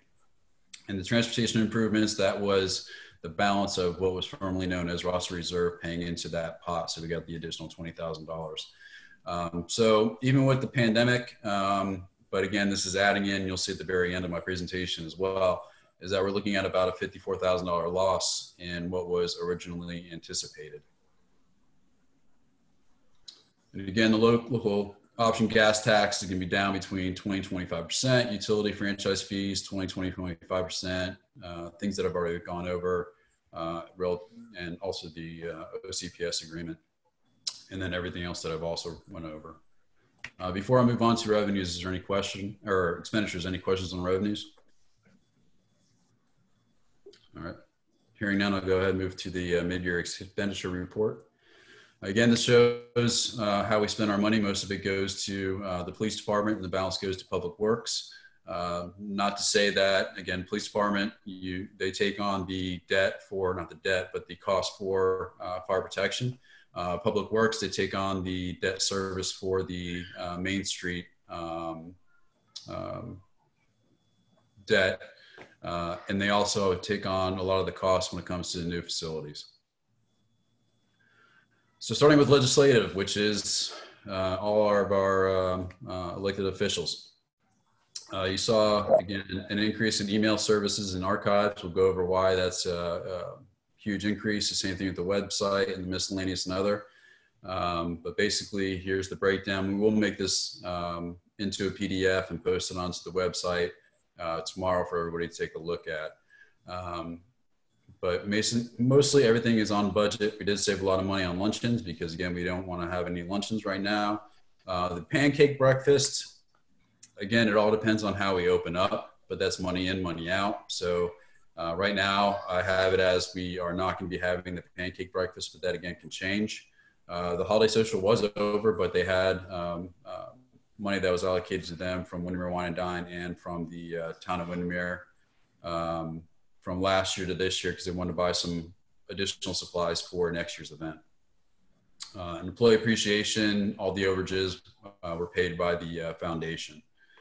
So when it comes to, again, the capital equipment for the COVID-19, and the reason I have it labeled COVID-19 is because, again, if we ask for any reimbursements, it's usually things that were directly related to the virus that you had to purchase out of necessity. So we're going to see if we can get reimbursed for that. So again, the capital equipment for legislative, $7,460. Email service increase, we had to increase or upgrade, and you'll see this throughout the presentation when it comes to all the different departments, but we had to upgrade everything to for the new office that came out. The new website was $8,000. The miscellaneous, we had the headshots for everybody. I think that was about between $1,500 and $1,800. Again, for the employee appreciation, the balance is paid by the foundation. West Orange Chamber, the dues and events, we're going to be looking for reimbursements. I think we double paid them for our dues, and then for the reimbursements for events that we paid for but that were not held, and we were double billed for the Florida League of Mayors, which we'll get that money back.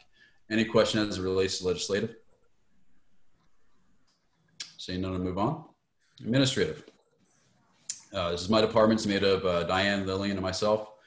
And we pretty much basically for salary, spike, and Medicare, retirement, we used pretty much everybody getting the entire salary throughout the year. Even though we're not present inside the office, we are still working the same amount of hours that we typically do. Heather may not want to hear this, but for legal fees, we're looking at a huge savings because we have reduced the amount of legal that we've previously used in the past. We budgeted about $90,000. I anticipate it's only, we year to date we're $16,000, but I projected us to be spending about $45,000 by the end of the year. So we'd be looking at about a savings of about $45,000. Go back to 2010, 2011, when we first started with legal fees, we were at $250,000 a year. So to scale that down to get it down by $205,000 is not only, is it a testament to us trying to get our own knowledge, our own research, but reducing the amount of time that we have to make phone calls to our legal department without first trying what we have internally, and also some of our external groups that we're a part of, some of the boards and committees that we sit on, and also some of our peers that sit in similar positions throughout the state. There are some overages, which we'll go over. The agenda software, as you'll see in clerks, when their expenditures, that is going to be allocated to here as opposed to in the clerk section.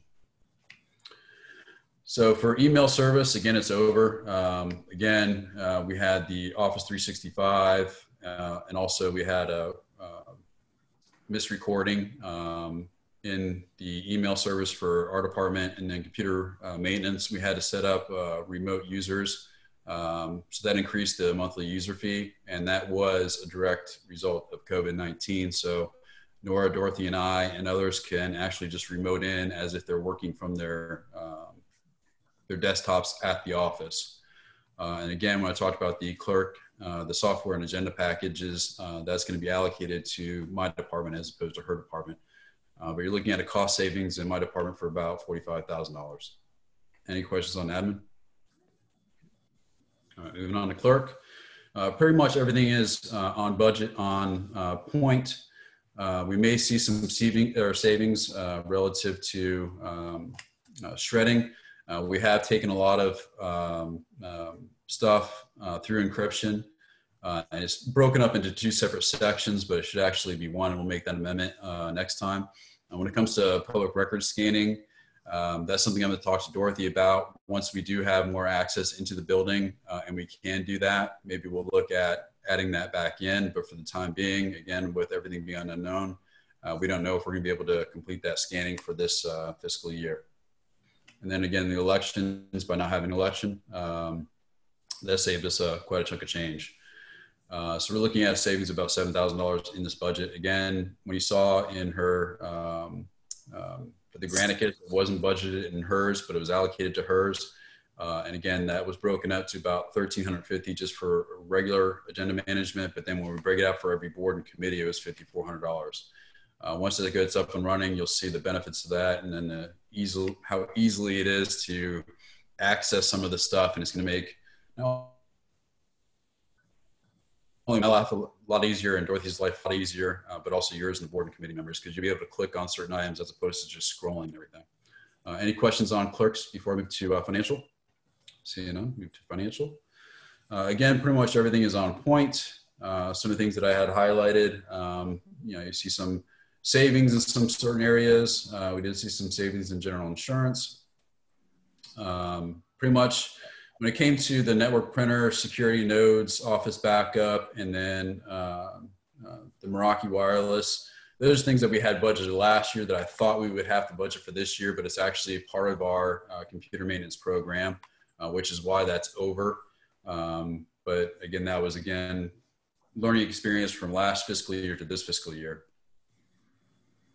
And again, not sure why I didn't bold all this, but we're going to see some savings in tuition reimbursements because we haven't had that need for this fiscal year. So you're looking at about $22,000 savings in finance. And then you might say, okay, well, the Bright House budget's pretty significant. But because we had to increase a lot of the bandwidth for Bright House, and also they do pay for all of the entire town, Public Works, Admin, and PD, and also for the town hall, and also now the Cal Palmer building, or as some like to call it, the she shed. Any questions about finance? Seeing none, I'll move to Public Works. As you can see, you have the debt service for the Main Street roundabouts. You also have the Main Street loan, which is also part of that bond that we had. On here, you do see the debt service for the new town facilities. We do start paying that, and that's estimated to be about $302,000. And when you see the costs that are associated with the new town facilities, it's going to be coming out of that bond. So again, it's going to be money in, money out. So we're taking draws from that bond in order to pay for those expenses. So they'll be neutraled out. Salaries, again, on point, off duty for Public Works. Overtime on point, pretty much no anomalies here. Town hall assessment, we're holding off on this fiscal year. Again, there's no need to spend money on stuff that we really don't need to be spending it on, especially when we have a lot of construction going on during the summer months this year anyway. The IPO 10, the traffic plan, that includes a myriad of things when it came to cut through traffic, when it came through to talking about the 6th Avenue roundabout, so on and so forth. So that's what we're pretty much paid year to date for the traffic plans that we've gone through. Miscellaneous chairs, we did talk to Windermere Wine and Dine. We're going to probably be redoing all of our chairs and tables within Town Hall. A lot of people are going to be excited to hear about that. To where we'll have the plastic tables, we're going to have more comfy chairs.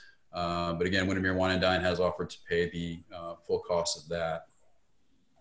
Anything else that's on here that's really of note? Sidewalk and bike path repair. Again, we did a lot in the Manors. We took advantage of, again, some of the slow time right now to redo some of the sidewalks around Town Hall, and also some of the other areas that we're in desperately need. With every dollar that we spend in the sidewalks, it's a dollar that we save, again, probably tenfold when it comes to our legal liability exposure. Miscellaneous for paving, again, there hasn't been any real areas where we need to do any of that repaving, we just finished the Willows project. And anything that we need to do would be either covered through a future CIP.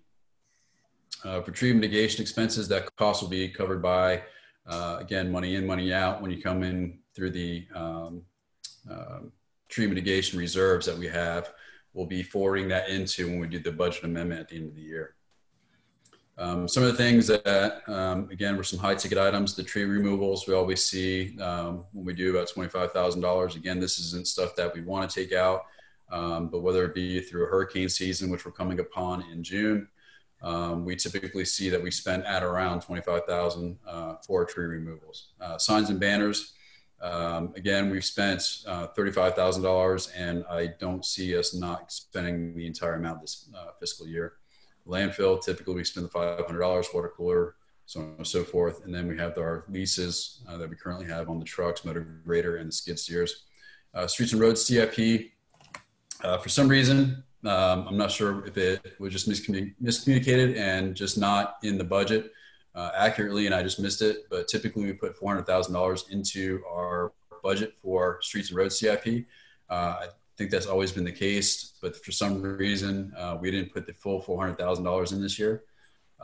So that's why you see a $70,000 difference when it actually should have been $70,000 more.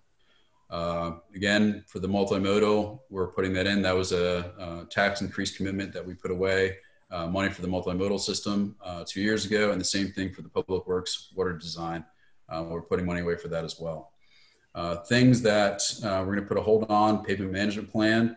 That's where we have that Ghostbuster type looking van drive over all of our pavement and tell us what condition it is and how long of longevity it has and what should be prioritized first.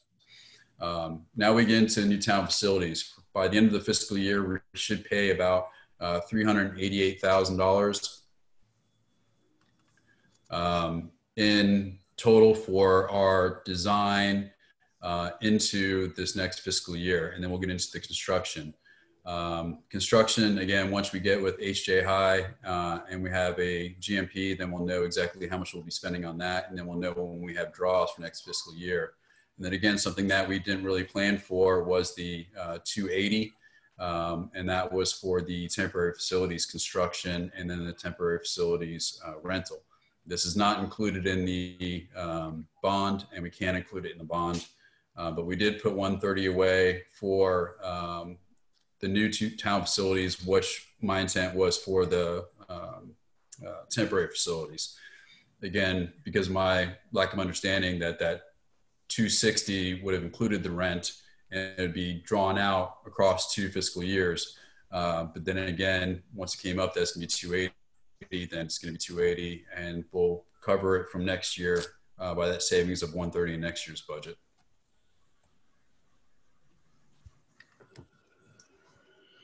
So again, we're holding off on pavement management plans, holding off on town hall assessment. For the email services, always the Office 365.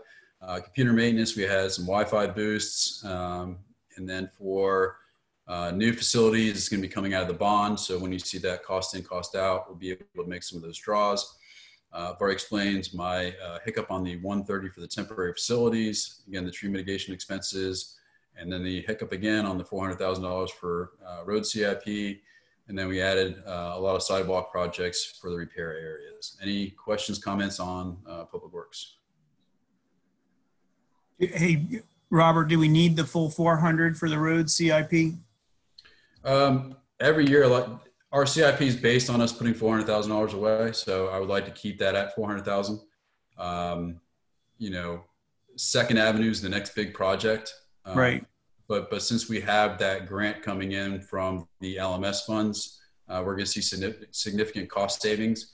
But I don't want to move forward with either a Lake Butler Boulevard project or any other projects until, you know, we're completed with that West 2nd Avenue, and that gives us time to build our reserves up in that CIP. So we would have to go ahead and go forward with that. As you know, we originally thought the Willows project would be about $300,000, and it came out to be close to almost $600,000. So again, with the cost prices going up, we need to save this money in order for us to go ahead and do these CIP projects without going out for a referendum, because that would just be DOA if we sent it out there.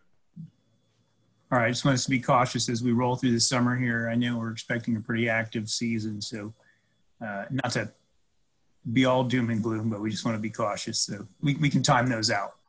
Yeah, we still have good reserves. I didn't include in this budget analysis report, but I'll make sure I get that out to you guys, just in case we do have an active season and we get hit pretty hard. But again, I always plan for the worst case scenario when it comes to these things.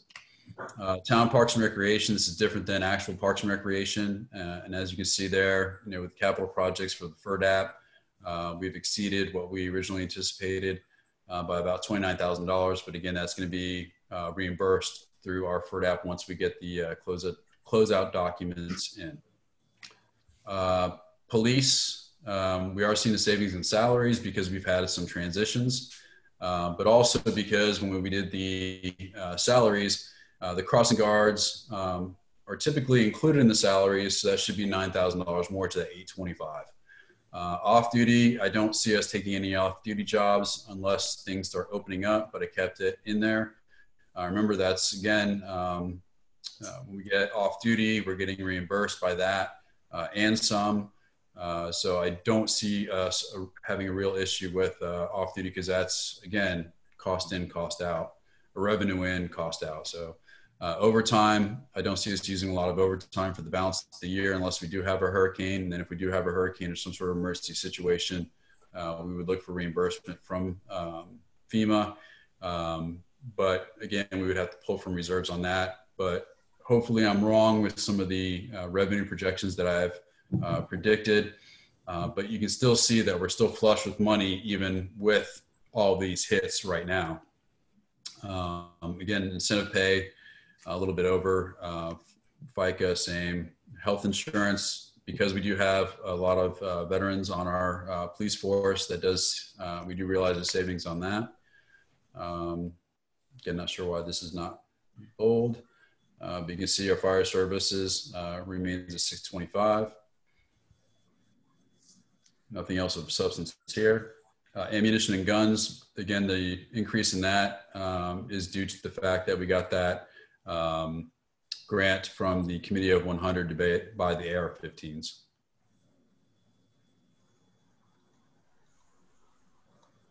And nothing else really to note. Again, they're looking at about a savings of about $55,000 within the budget for this fiscal year.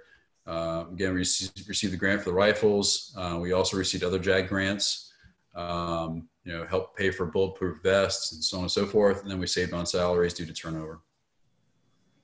Development services, which is Wade Trim, PDCS. Again, we coordinated with Wade and PDCS on adjusting the numbers. As you can see, we'll be saving about $95,000 for the fiscal year. We have to keep in mind that with the inspection fees, we're planning for $180,000, and we're only going to be spending $100,000, which is 80% of what we take in. So it's kind of not misleading, but it just shows that we are seeing the savings, but again, it's due to what's going to be probably occurring in May, June, and July. And when you add in the planning and zoning and the planning and zoning admin, it's about around what we anticipated it to be for the fiscal year. We kept it separate, but I think they've had some errors in the way that they added to those line items. But again, development pays for itself unless we have a separate question that comes in that we need Wade Trim to come in and help us out on. Boards and committees, again, basically what I've stated before. Parks and Recreation, currently they've spent $13,000 and they have money coming in right now for the run among the lakes. When we had the next board and committee meeting, we're going to have to see how they're going to maneuver that based on the environment that we're in right now. Either they postpone it to the fall or maybe just go to 100% virtual. That's something I'm going to have to talk to them about. Again, with tree board, you see that they're in arrears right now by about $4,600. That'll be neutralized if we are able to get the farmers market up and running. HPB, same thing. Once the food truck food trucks are able to be up and running. Elders, they didn't have their last meeting, was called off. And then we do have Ways Committee, which is a new committee. They did receive a $5,000 grant from Windermere Wine and Dine, which will offset that cost. And then, of course, you see the huge hit to DVC, and that's based on them being on hiatus since January 1. But we are looking at a savings of about $50,000 for the total of boards and committees. So when you look at revenues, expenditures, our expenditures are about 6.3 million. If we were to take out, which we are going to take out and pretty much add the that money to our revenues, or you just take it out of the expenditures because you're pulling it from the draw of our bond, the expenditure balance is $5.983 million. Total revenues that we brought in is 6.16. So our contingency right now is $183,000. So if we were to experience a hurricane or some sort of issue over the summertime, we're able to dip into that resource first, and then go ahead and tap into our reserves after that. But if, again, my projections were to include a 15% reduction in some of the areas where COVID-19 had a direct impact, but for that money of $203,000, we would be in the negative by about $20,000. So if we didn't receive that FEMA money this fiscal year, we would be in arrears. But the loss of revenue that we're looking at is probably at around $230,000 if my estimates are right, and hopefully I am wrong. But again, that contingency is a good cushion in case something were to come up, a storm or some other event, but we are still able to go through into our reserves if something should happen. And then questions. Council, any questions for Robert regarding our revised budget? I think it looks great. Thank you and your staff for all your hard work on it. Thank you, sir. I'm good. Thank you, Robert. Yes. Thank you, Robert. Thank you. Thank you, Robert. Good. All right, good. You know, I mean, it is, it's a reflection of times, and it is certainly not,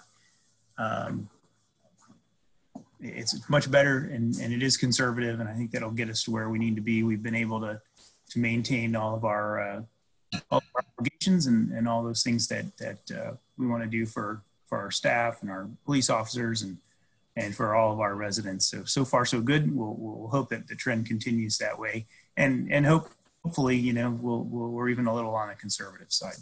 Our final item for our formal agenda tonight is an update on the 1 cent sales tax initiative discussion. Robert, you want to do that, or I can do it, or whatever you want, man? It's on pause for at least 2 years. You know, we were kind of pounding the drum a couple times saying, you know, now is not the time, now is not the time. This is being rushed. A lot of things have to be hammered through. And then, as you all knew, by the end of March, they wanted those proclamations or a letter of support. And then, you know, once the pandemic hit, and then even when Mayor Demings was there at the meeting, he was saying how much the economy was being impacted because of the lack of tourism. Tackle on unemployment rates and throwing on an additional 1 cent sales tax was pretty much a no-brainer to go ahead and put that on hold for at least 2 years. That doesn't mean that that won't come back, but at least it gives us some more time to go through the numbers and try to renegotiate our standpoint when it comes to some of the diversification of those funds. Yeah, and you know, Mayor Demings put a lot of political capital into this. You know, I think he hears what we're saying, and we probably have a better relationship with their office now than we haven't in a while. But also, you know, I mean, he pulled it off the table when he saw that it wasn't the right time. So I want to give him kudos for that. I bet that was a very difficult pill to swallow during an already difficult time. So, and he did that fairly early on, knowing that we had bigger things to take care of and a lot of public safety issues. So, you know, we'll see where it all goes from there. So in terms of our formal agenda, that brings us to conclusion. We will have some mayor and council liaison reports if any of you have special items that you want to discuss. I know that I want to take a few minutes here and send my appreciation to our staff and to the council for being flexible, for being nimble. I think that we've shown ourselves to be a bit of an example in terms of what a small community can do in terms of keeping residents informed, educated, knowledgeable, to protecting our staff, protecting our police department, to taking a careful look at what's out there in front of us and controlling the things that we can control, and being careful with those things that we know we can't control. Not everything is perfect, and not every decision that I made or others made are perfect, but I will tell you and promise everyone that we did the utmost we could do at the time with the information we had in every one of those circumstances and situations. As we move forward, we're going to get some guidance from the governor tomorrow, I expect. What that guidance could be, I think is pretty much still a little bit up for guess. I know that at a local level, we're not getting any guidance from the governor as of yet, so there's no advance notice. We're going to have to be nimble again tomorrow, all of us, in terms of being responsive to what the guidance turns out to be. I know there's a lot of people suffering, a lot of people hurting. We want to do what we can do to ease that, but we also want to be really mindful and cognizant of the fact that very little has changed other than our behavior. So if we take that out of the equation, we are going to have to be prepared and ready for the eventualities that can occur there, and the lack of supplies that we still have. But it is my hope too that we can begin to move forward in a methodical way and be cautious. So that's all I'll say about that. Not an expert in this stuff, but I've definitely learned way more than I ever intended to learn about all of this. But I do mostly just want to share my appreciation to all the residents and the council and staff and the police and our first responders for just doing a great job so far. I'm proud of everybody. We've stayed healthy. Our numbers in town have stayed steady. Again, there's always something we can learn from this, and we will be aggressive on those after action items in terms of learning what we can do better should we ever have to deal with these circumstances again. I can tell you that I'm rewriting plans for the Kentucky Emergency Management Department that there are no plans. I mean, all of this stuff for the most part, serious pandemic, serious shutdown, serious international pandemic. We're making those as we go, and we're having to put them into action from everything from death surge to patient transport to isolation very, very quickly, and everybody's had to really think on their feet. So I just want to share my appreciation, and that is about all we have. We will look for more information tomorrow. Hopefully we'll have that prior to our virtual town hall so we can share that information. And then, I'll also be looking for some information from Orange County once they have a chance to digest that, and we'll see what Mayor Demings is going to move forward on and how we're going to roll those pieces. So that's what we have. And this was great. I'm proud of everybody and how we were able to do on this. This was pretty darn good. So with that, I will open to council if they have anything that they would like to report out on.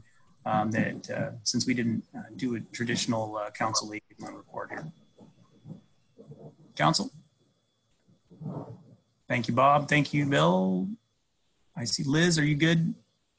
I just wanted to say that the Ways Committee is actually holding their meeting at Chairperson Grace Foglia's request. We're having a meeting next week, and the youth is really eager to get back into service for the town, and I think that that's to be commended. So just wanted to pass that along. Okay, thank you. Councilperson Sapp. Good to go, thank you. And Councilperson Williams. All right, Robert.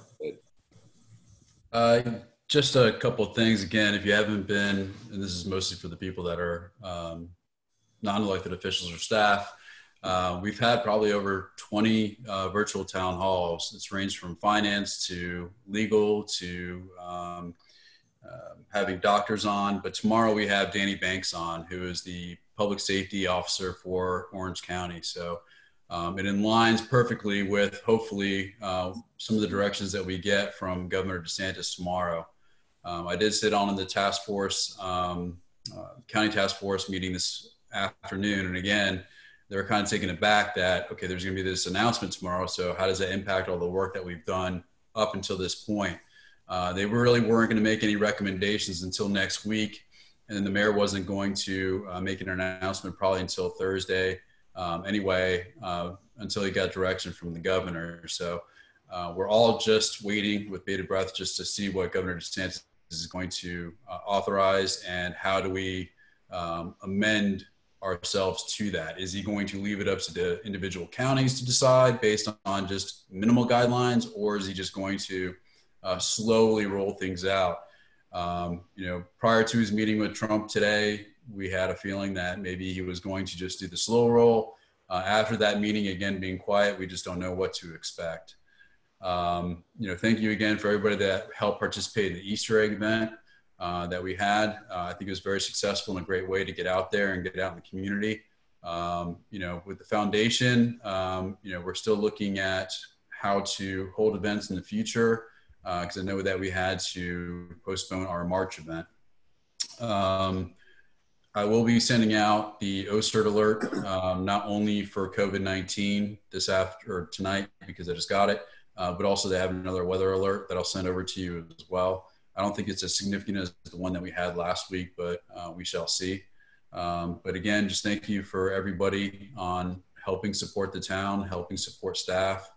We're doing our best. I think we were one of the first ones to pretty much lock down shop and start the remote working when it comes to municipality. And I just want to thank Mayor O'Brien on his leadership. You hear that all the time when you see these press conferences about thanking people for the leadership, but you have really no idea on some of these phone calls when things look like they're going a certain way that is really not the way that we should be going. Mayor O'Brien has no problem stepping in and telling people, let's use reason. Let's be cautious. And then that turns the conversation around to where we become now the county that influences other counties of how they should actually do it. So I just want to commend him on that. But that's basically all I have. And thank you guys very much for making this a really good, successful first virtual town hall. Thank you, Robert. Appreciate that. Chief. On the virtual meetings, I think I've been keeping everybody posted and up to date, so I won't waste any more time with that. We do have a water leak on Main, just over from the bridge there, and we found out Orange County was just out there, and it looks like some new company's been installing new backflow preventers, and they're not working evidently. So that's what that is, and it's being handled. So other than that, we'll see you guys on the virtual town hall tomorrow. Appreciate everything you and all the officers are doing to be out in front and keeping us safe and taking good care of themselves as well. Scott, how are you, sir? I am well, thank you. We have been taking advantage of the reduced traffic and getting some hurricane preparedness done that we were needing to do with uplifting some trees, replace some sidewalks around Town Hall that need to be taken care of. Redid Town Hall floors. Since we're not using it now, it was an opportune time to get in there. Those look really great. Planted some new annuals around the roundabout, so when we get out of this and everybody starts driving back through town, they'll see our beautiful town as it is. And guys have been keeping up on everything. And one final note is that the new pedestrian crossing has been installed at Main and First. Very nice. I saw that today. Thank you. I love those. And they actually work. They're the first ones that I've seen that actually work, and we appreciate those.